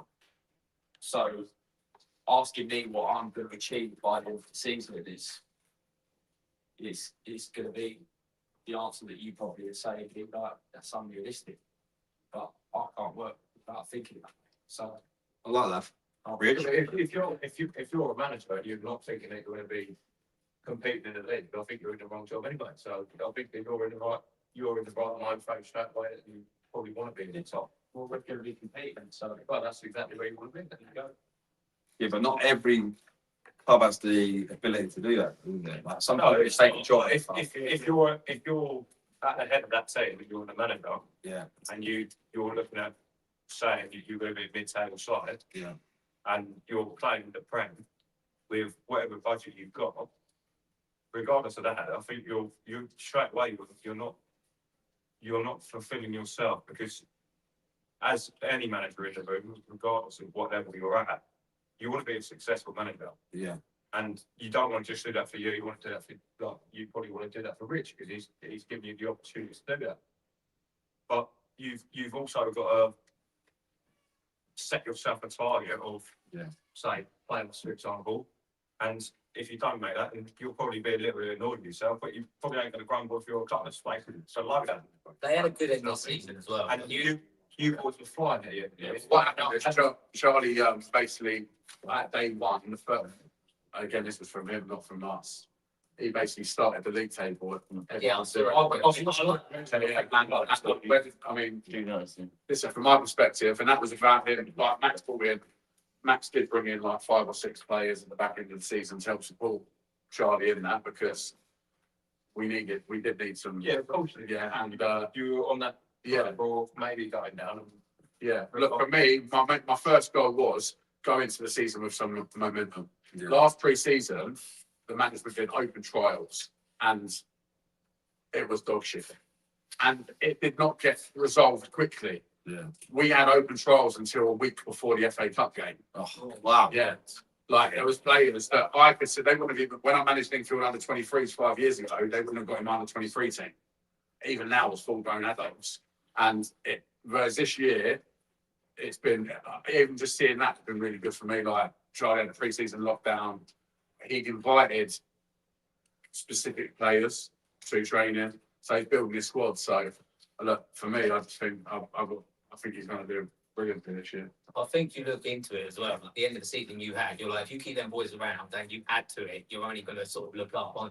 Well, when I 10 game league table we did, worked out that we was a point away from 5th. Well, there you go. But I think what you boys are doing down there, I'll say playoffs. That some other people have got to look at and maybe put it out there. Not copy it. In both ways, there's a lot. Yeah, I think what you've done as an owner and you as manager, I've watched the documentary. I think you've done a fucking good job.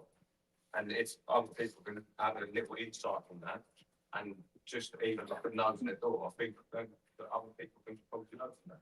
Doing Yeah. the right podcast here, weren't we? Here we go. So back to IBB10. I've gone just playoffs. I've gone playoffs. Just outside class person. Exactly, you're sticking rough in the players. No. I didn't mean that's money you're throwing about. No, I mean, just looking at all of the teams that are in the league, and there's some good teams, and there's so much quality in the league. I can't go and say who will finish in the playoffs. I just don't know because of the amount of quality in the league. Listen, I can definitely be 10 teams right now. The quality in this. I think, yeah. I think you'll finish. I think you'll finish top half, 100%, guaranteed. Yeah. But I think it'll be a good season for Linfield if in that last day of the season you've got a chance to be in the playoffs. So, like, if you've got a chance, if you're in it, or a win can mean you're in the playoffs. Yeah. I think that would be an incredible season with what's in the league this year. Well, we'll take a quick 5-minute break. This is the last 25 minutes. All right? Yeah. So get what you got done, and we go.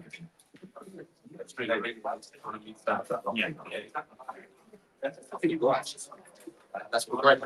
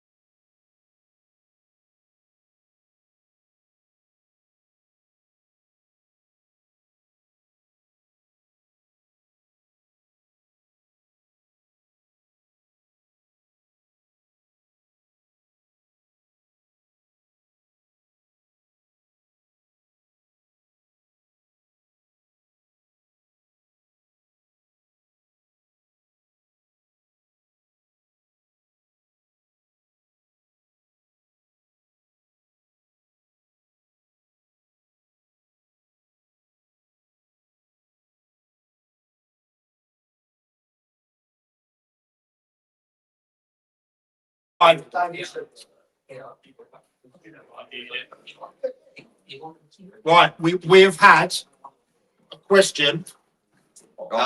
From Vic. We live. We live. Yeah. Yeah. We're back. We want to give shit. How much sort of battery have I got? Fuck all. No, mate. How much is that? One check. I'm sorry. 8%. 8%. Jesus, we are running on flag, mate. Right. Oh, thank you, mate. Look at that. Look at that. That's a wife. Right. One of the questions that's come in, and they want not only us, but they want you guys as well. Who wins the Prem based on what you've seen so far? Who wins Div 1 and who wins Div 2? Now, we started Div 2. We don't really cover it too much. Ryan, you're it? Ryan was it? He's gone. Right. Anyone for a shout for Div 2? Who's in it? And silence in that room. You're you. Same old story, Russellton. Russellton? Yeah. I reckon Chichester. Chichester? Right, electricity. They can't go up. That won't happen. Not without him at the helm. Not without him at the helm. With that team of the week as well. Stu? What do you think, Div 2? I don't know who's in it. Whichever team might I've got one relegation away, mate. One relegation. Shut up, you. I'm the father tonight. Right, any shouts for Div 2? Hurstbeer Point. Hurstbeer Point. They've got Stan and Abda, and he's got contacts and stuff like that. No, I'm going with ASC Brighton Rangers. Oh, yes. Big money thrown around there. They're a good team. There was no room about ASC. I'm going to give our money back. Is there any more, Brian? What's your there? Who is your biggest threat in your league? It's going to be difficult to grasp. I personally think Rustington will be in and around it again. But obviously you can see already they've lost a few players because they, regardless of what they say, they refused to go up. They got offered to go up. Is that true? They refused it and they wanted to go back to their park ground. Because they can't have lights. They can't have lights. Exactly. So Where do they play at the moment? they were sharing quick. Oh, we have to see it, yeah. Oh, yeah. They gone now. They decided to leave and they refused to go up because they didn't want to continue what they were doing now. Yeah. It's what I've Is that a lack of ambition, refusing to do that? potentially. But I also think that there's players there that probably said that they've probably done some goals. They don't want to go up and they'd rather stay in the park and not want to play with their mates. Why don't they piss off tonight, though? Like the local league, so. That's I can't speak for them, so I won't do that. But also I personally think AFC Brighton probably start well. How David Baker will always do, and I think that sooner or later the money would run up and it will all go to shit because the type of player he is. So, but I think all folds might be decent this year. It's a nice pitch. And it's decent up there, and maybe South depends on what happens there because they've been in a little bit of limbo. They can't have lights there, can they? No, but I don't know. To be honest. Well, I spoke to the shit boys last night. Yeah. Who? The shit. Oh, Yeah. I Didn't say shit, I said shit. Yeah. I know they're trying to. I think they've got planning permission for floodlights. Right. It's been a bit delayed. I nearly I drove my car into a ditch. Seriously. Yeah, take it out. They've been trying for a little while to get planning permission for floodlights. I think that's been approved now. Oh, I feel you're right. Over the next 6 or 7 months, I think that will take place. And if they can start the season how they did last year, without I think they went 22 unbeats. I think. Yeah, that's true. Yeah. I think they went something silly. But the issue with TD is a little bit like Arundel, but because of the step that we're at, they allow TD should be to play probably their first 13 games at home they played, I think, last year. And Like I say, they went fucking a silly amount unbeaten and they done really well. But we'll see. To be honest with you, I couldn't. I don't know. Any other shouts for Div 2? I think Upfield. Upfield? They're not in it. They're in the mid Sussex. Mid Sussex. They're a mid Sussex. I literally just mentioned that. Mid Sussex Div 2, someone wait to see it. I got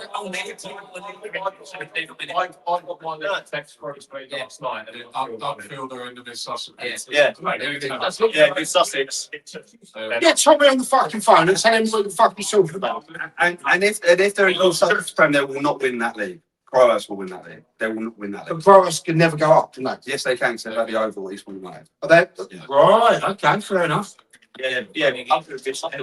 Nine it. So, blood.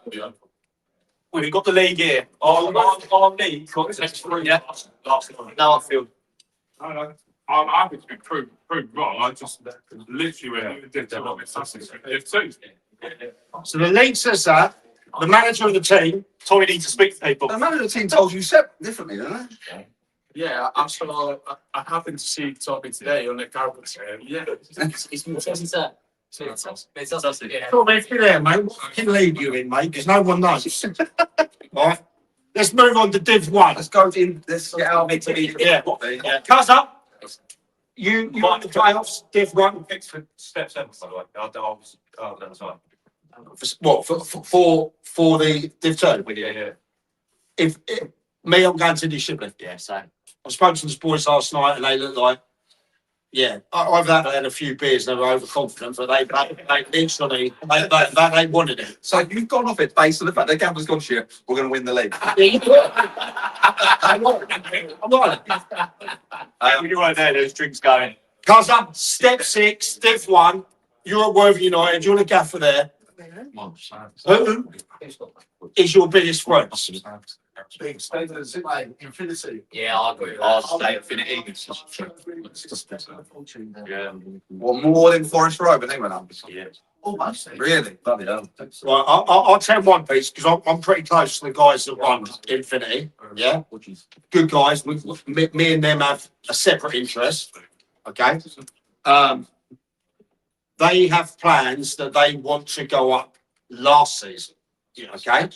They have long-term plans that they want to build potentially a new place somewhere else, maybe closer to the Wessex side where they're at, okay, as opposed to where they are now, which is the old Siddlesham ground, okay. They know they've got to speculate to accumulate. I think we all know that the players that they bought in the last couple of, last things they brought in last week or so, Yeah. those are players that can easily play a higher level, Step 4. Something. potentially. Yeah, I mean, a couple of those players you're looking at and thinking, how the fuck they playing, right? So that's their statement of intent, right? But we said earlier, if that's what the chairman or the committee want to do to move up that way, to fast track them that way, then that's on them. Yeah, but what's the sustainability like at Siddlesham? Siddlesham went bust, didn't they? Yeah. Yeah. Definitely. Yeah, but there's one, but they were spending loads of money on. No. But as a club, right? They It was went. the council. Council. So we all know what that ground's like, don't we? Yeah. It's not that bad down there. It's all right, actually, to be fair, down there. Was reading on with the dressing rooms. Their say that. first team dressing room is beautiful. I didn't go in the first team dressing room. Yeah, it's like one or two. It's not that bad. It's not. We had to play it 3 times this season. Is it all right? All on Tuesday nights. Bloody hell. That one road as well. It's the Oh, one yeah. road down. It's down It's south. to get into, but the pitch ain't that bad. Right, okay. No, it's not long better. Yeah, it's not How many people watch Infinity play football? I'm a 50. So 50 people, what, £7 a ticket? Yeah? Right. And then a bar spend of, let's just say they all drink like Mike and there's £20 head, right? Well, that's just £100. Oh, it's more than that. Yeah. Keeping it going. Right, let's just say, right? So 50 people.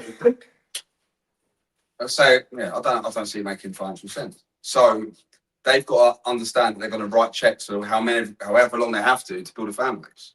Yeah. So to go up the leagues, it gets more and more expensive, not just on what you're paying players, but your travel, every other cost around it. So if they're willing to continually write checks, cool. But if it's just to get up this year and then to sit somewhere and hope at step 5, becomes a bit pointless throwing that money in, right? It's wasted money. You're burning money. I'm a bit biased on it because I've seen what they want to achieve. Okay, and I've seen the model that they want to put into place and what they've got behind it, the backers. I'd be surprised if they don't go up. In fact, I think that their whole committee would be pretty devastated If they don't go up this year. don't go up this year. They expected to If go you're up. spending just now. 4 figures and you do not go up from step 6, you can't be in football. £1,000 plus at step 6. Yeah, It's a lot of money. It's not sustainable. Hell of a lot, and it's a hell of a lot. Surely it's something that. Right, so your one, your pick for Div 1.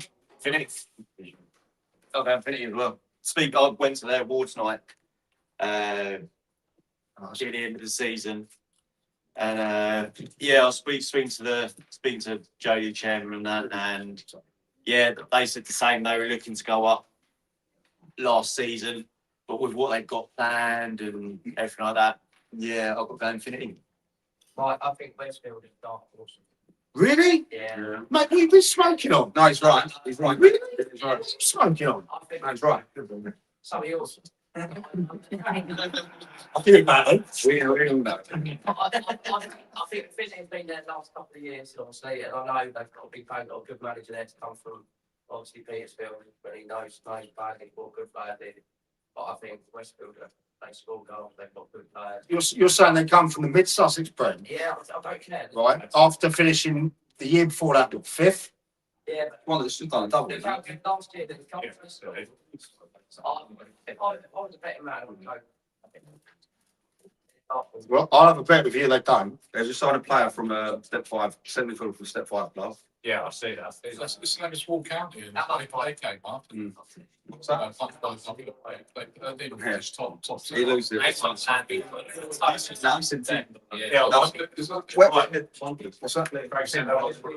I think We'll have one for charity. Oh, no, shout. What? That's not the whole point of the bet. they've got a really good front three. I said Rooney, Michael Rumigwy. Rooney's quality. They'll be decent. Yeah. I think Will that they go straight up? No, I'm not. Brad Pitchard midfield.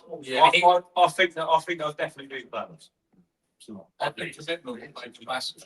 Just I think they do well. the spread. You're going to Darl Square, you're going to Moore County, you're going to Western, you're going to Infinity. Yeah, If you if you've got that core will win you that league. Like the amount of travelling you've got to do, you've got to be a team that absolutely rise and dies. Really, like you can't name they've got this, they've got that. Like they could have all these players, but if they're not willing to travel all the way over here on Saturday, it's not going to work. But I think that's what Westfield have got. They're Yeah, very lucky they've got that. Yeah. 100%. Westfield, I played. What's that about? I played for Battle Town. That's when they're in the Sussex League, Westfield, and they're a really strong outfit. So Infinity, but it's going to be a case of who's going to much. I think this year in Div 1. Like you said, you're splitting off the two, saying the Prem's going to be more competitive, but Div 1's going to be who's going to gel the most, who's going to be that core outfit that's going to ride or die with each other. I think for me, I think Saltdean. Saltdean. Yeah. That's good. If I was to go, it would be still there. They're going to get kicked out of there in a minute. Cuz, what do you say about that? Because you're managing that league. What about Shoreham? Yeah, the body strong. Yeah. I think that 3G pitch helps as well, doesn't it? Only ground, but everything's brand new. All the space. It's full of ground funding, so. Good team. Sure, will be good. Where were you in relegation? That's smart. Your brave sitting there saying that. Money. No, Wait for some left field one for money. I'm drinking salty. I'll ask you another question. You four up there. You're playing for them, not to the room, but we're pizza structures. We're not league. Yeah. Right, let's just say. What? No, not me. It's still struggle. I think you can go step 7 if you want, but I'm talking step 6 really. Let's have a look. Yeah, I'll tell you who's going down. I'll tell you who's going down. Right. Going down. Ringmill going down. 100%. Yeah, Ring will get relegated. Right, and I'll tell you why I say this. Right? They've lost their manager and their whole management team as well. They have a constitution where they can't pay players. That's a fact. And not only that, those players that join Ringmer have to pay £200 to play. for them. They got the sponsorship, so They don't have to. No. they got the sponsorship. And management team, Ollie Gibson stayed with the current management team that he was part All of. right, okay, but we have to be realistic, yeah? We have to be realistic as well. And we can talk about management teams leaving and players leaving, right? The facts are, the last 10 games of the season, on form, Ringmer were the second worst team behind Cotford in that league. Wow. Yeah. 15 games, they were the third worst team in that league. So we can sit there and paint a pretty little picture about Ringmer, but the truth of the matter is, the club was sliding. Right. Yeah. So maybe they needed a change.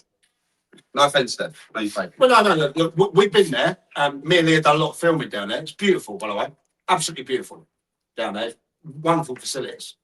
But if you've got the ambition where you have to, the players have to pay, that is not. It's a lot of money as well, by the way. Yeah. It's 200 quid in there. Okay. Do you know what I mean? It's a lot of money. 10 players, you have to pay 200 quid.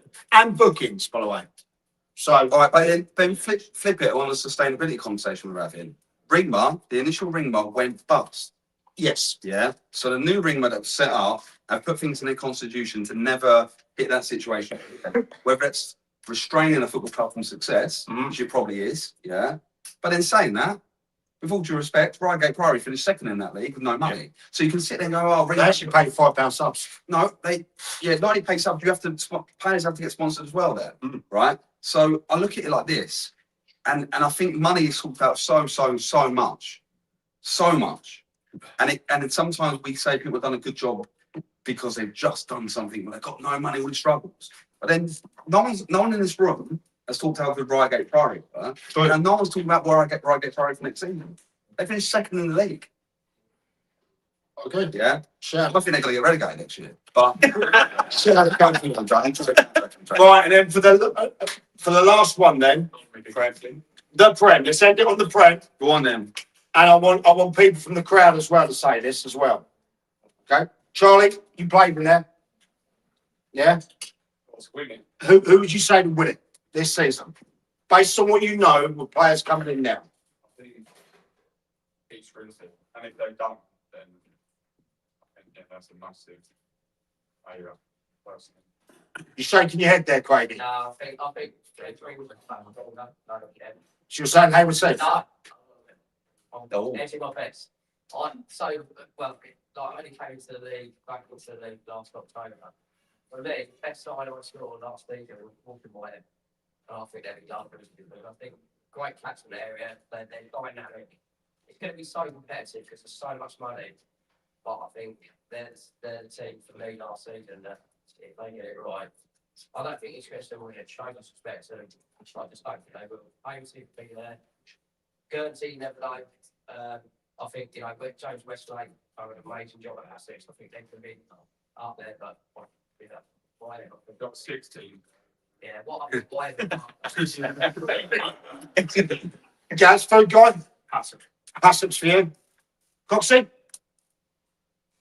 It's just the players personally. Nick Lorenzo and people like that. Got quality players. I think they will hit it. Why not? You think they're going to just blunt blitz it? You think they'll piss it? That's a big statement. I think Hassocks, Nara Pre, YM was a slight dark horse. They're quite well organised, YM. Well, to get where they did, It's the highest finish in our. But do you think it's all again? That's what I was saying out there. I think Hayes Heath struggle next season. I think what happened to them the last bit of this season, I think might have a knock-on effect. Yes, they signed players, but I don't know. I'll give them till December. I don't think they'll be thereabouts then, but then they might make a push. But Nope. YM for me is the dark horse, but Hassocks, I think. Nope. I think it's a spent. I think it was the head too. I was safe. I think they'll learn from it. I think they'll blow off the cups because that's what did them last year. But I was saying against earlier, I don't think winner of that league against any fortress. Okay, fair enough. So it's 2 million that's going to beat each other. Someone's going to romp it with well over 9 points. Or they are all the names that have been mentioned. They're all going to eventually have to beat each other somewhere on the lines. And I don't, what was the playoffs? 83, 85 points this year. Yeah. So I think playoffs will be in the 60s. Well, saying it, Peace haven't got in on 75 points. So I think most will be high 60s. I don't think the winner gets 85 points. Lads at the back. Lads at the back. East Grinstead, I think the winner has to be out there. And you say, is it hard to go again, right? yeah. What about Stem? What going up? Yeah. I think they'll be in a relegation battle next year. No. They did that last year when they Coming down, I think sometimes there's two ways of looking at it. So, new manager came in. I think Stenning were a little bit under the radar after the season at step 4. So, yeah, so they're like, there was a little bit less pressure. They kind of went on as that little tick in. It's always one at Hamesley. No, 100%. No, they fucking weren't. Everyone's talking about Hamesley winning the league. Everyone. Yeah. So Stenning were there, ticking along, ticking along. Yeah. But it's a different mentality approach. They came down from league to go up. Horsham or Hayward, whatever. When you're so close to it, and you miss out. It's either you've got to change certain members of the team or give a fresh impetus to make it kick on, or it does, or sometimes the lads do get stagnant. Like Horsham YM went into the league. No one thought they were going to be up there in the playoffs. No one. That was a group line. Yeah, but what I'm saying is, Giles would have known that it would have been up there challenging. But the whole league or anyone playing against them have never gone, right, who are we playing this year? Okay, they're going to be one of the top sides, blah, blah, blah, blah. They've gone in and they've done really, really well. Yeah, they've brought in a certain amount of players and he's done a great job. He's probably helped his profile more than any manager in that league this year. His profile's probably, rightly or wrongly, sometimes due to discipline or whatever, but his profile's grown. Yeah. That being said, he's now, if you look, retained most of the players apart from the big talisman. Yeah. No Fisher. Yeah. That's a hard player to replace. There's a lot of times he got him out of jail. So if you haven't got that sort of player to get you out of jail, you got to find another way. Do I think they'll find another way? I think he's got a good chance to, but it's always hard to go again. Always hard, especially in a team that wants to get promoted, rather than, let's just say, a club with a lot of history of winning things, doing things as champions. You know what I mean? Leanfield lads. I would say the hardest opposition we played against last season was Hayward. I think Guernsey, after what they've gone through this year, will be a tough team to play against as well. My prediction is Grizzy pull the plug by Christmas. Really? Yeah. He's been support. Right, millions. It ain't going nowhere. He's worth millions. Yeah, he threw millions into last year at step 4 and got relegated. Yeah. It don't matter. Money's not worth. Money's not. But is It's 5 million in a year. but is it enough? Because I think it's underestimating some of those teams as well. I'm saying, I think, the question was, you don't think, I think the 14th yourselves, Horsham YM, going to be right up there. Players, I'm saying, the players they've signed, listen, 5 or 6 of them already can play 1 or 2. I don't think he's saying they're going to run out of money. I think he's saying they're going to say no because he realised he ain't top of the league. Yeah, so what he do?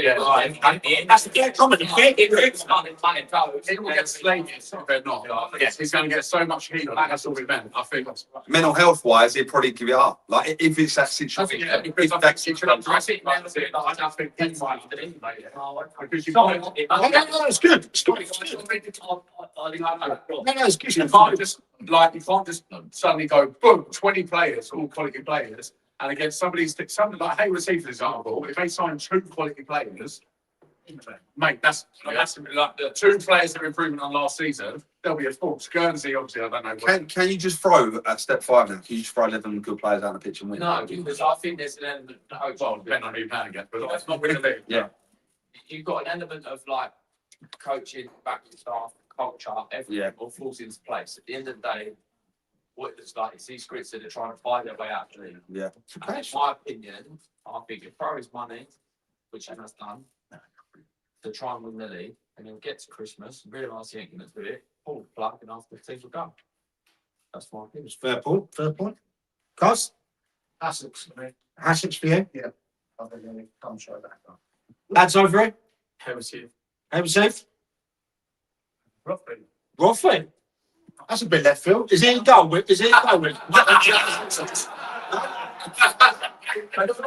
He's on the bench, is he? Who's seen that? Right? My pick is Roffin. You as well? Yeah, but I think my surprise is not just because they're all sitting there. I think my surprise for where they've been for the last couple of seasons, I think that big field will be right up there as well. That's fine. Mr. Gander? I would say, Safe? Steph? and of the dark horse, He's 49, dark horse. I never seem to start well, though, do they? No, we'll talk about that, don't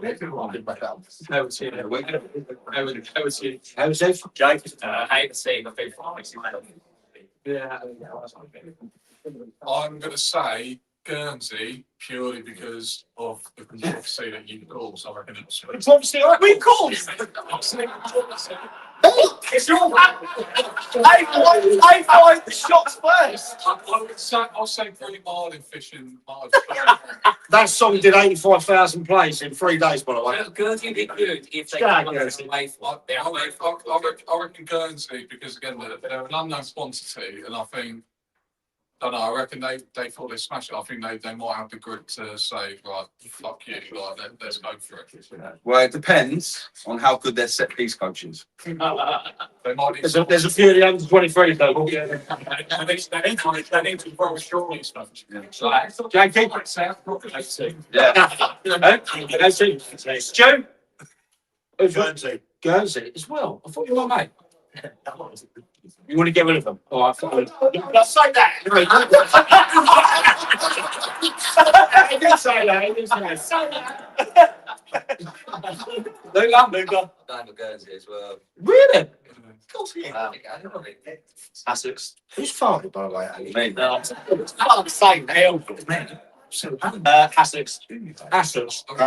Mate, said Essex, but from what I'm seeing with East Grinstead, if it's sustainable and carries on, I think. Well, can't speak, can't lie that way. But Charlie could be right. You could be right there. We could be revisiting this in about 4 or 5 months' time and going, hang on, he said that. Bill? Well, I've said Roffin already, but that will come down to recruitment. I thought They're certain. not winning, mate. No, but I thought certain players were going to go there, and they haven't. Right, so Is there some massive change in circumstances there?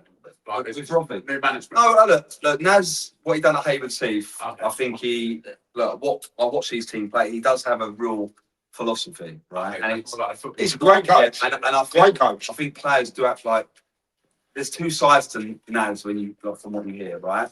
I'm not going. There's the good and the bad. But watching these teams play, just watching them and watching how committed they are to it, you're fine. No, You can that's what I was doing. Oh yeah, you're fans around. I think with Naz, if he gets the players that he can to play his way of football, I think he's really hard to beat. I think his teams are hard to beat, right? Hard to break down, don't concede many goals. And on that 3G pitch at Horsham, rather than playing at Roffey, I think will be a different kettle of fish. But recruitment's massively important as well. So when you look at East Grinstead, I don't think it's going to work. So I don't. Unless the players really take control of it, it's real player led, and the players drive over, then yeah. And if they can do that, great. Because with all due respect, that's what happened at Forest Row. I know it was the league below, but it was coming up against it. It weren't like we were getting mastermind off the park. It was better players, right? But my outside bet for that, well, I say outside, Rocky are outside, but I actually think Eastbourne United will not start slow this year. Okay. They've got some good big players coming in. They're horrible to play against. The management are horrible, and they've got good players. Morning. Wrap it up. Essex. Essex. Knowing what the Westlake boys are like, knowing their recruitment, they'll be one of the top teams. So they're not fitting. No, that's right. So we're going to wrap it up, but I just wanted to mention this one. What's that? Lee, how does it feel being the second best looking ginger in the room? Oh, somebody wrote that. Well, look, as we can see, I thought the social media guy from Lance was in the house. Can't live, can't live. There he is saying, this guy, man, this guy's right, guys, I just want to wrap up there. I want to thank every one of you for not only turning up tonight, but supporting us through the season. You know, we do this to shine a light on your teams, your players, you know, your supporters, everything like that. Thank you to Shoreham FC for hosting, being one of the hosts. last one you do now. That's the last one we do there. No one voted for them to go up. But thank you to everyone. We're going to go big this season. We're trebling down on it. Gareth as well. If anyone wants the best coffee hut in the world, AM Coffee for events, go and see Gareth. He's put his own money, he's laid his own money down on the table to make this work. Go and see him, support him with it and that. But everyone else, Bill, it's wonderful that you decided to come back. Yeah, I told you I want that reduced schedule. You can have that reduced You can schedule. have that. Don't worry. You can have that. Monty, What's Monty got a Germany show? Apparently, his grandmate's from Germany, isn't it? But Monty Watson Price, ladies and gentlemen. the poshest name in football. So yeah, why have you got a German shirt on? My grandmother's German. Oh, there you go. That's the seat in there. Well, mate, you lot need to give yourself a little bit of credit as well, because you also kind of like us lot as teams from step whatever to step whatever. Second, You-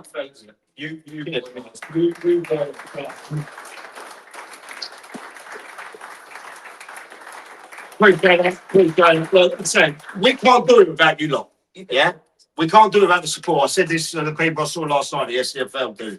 And thanks to the league for inviting us to that. Don't know how we got invited. You didn't get an invite, did you? No. But we keep doing this all the way through. And everyone enjoy Wednesday, England game. You see me and the pen at Box Park Yeah. doing a little bit. We'll be there. I'll give a fucking flying fuck about World Cup. But everyone, a safe journey home. Thank you so much. And thank you for this. Thank you for 1, 6, 2, 3, about 2,000. Thank you guys. Yeah.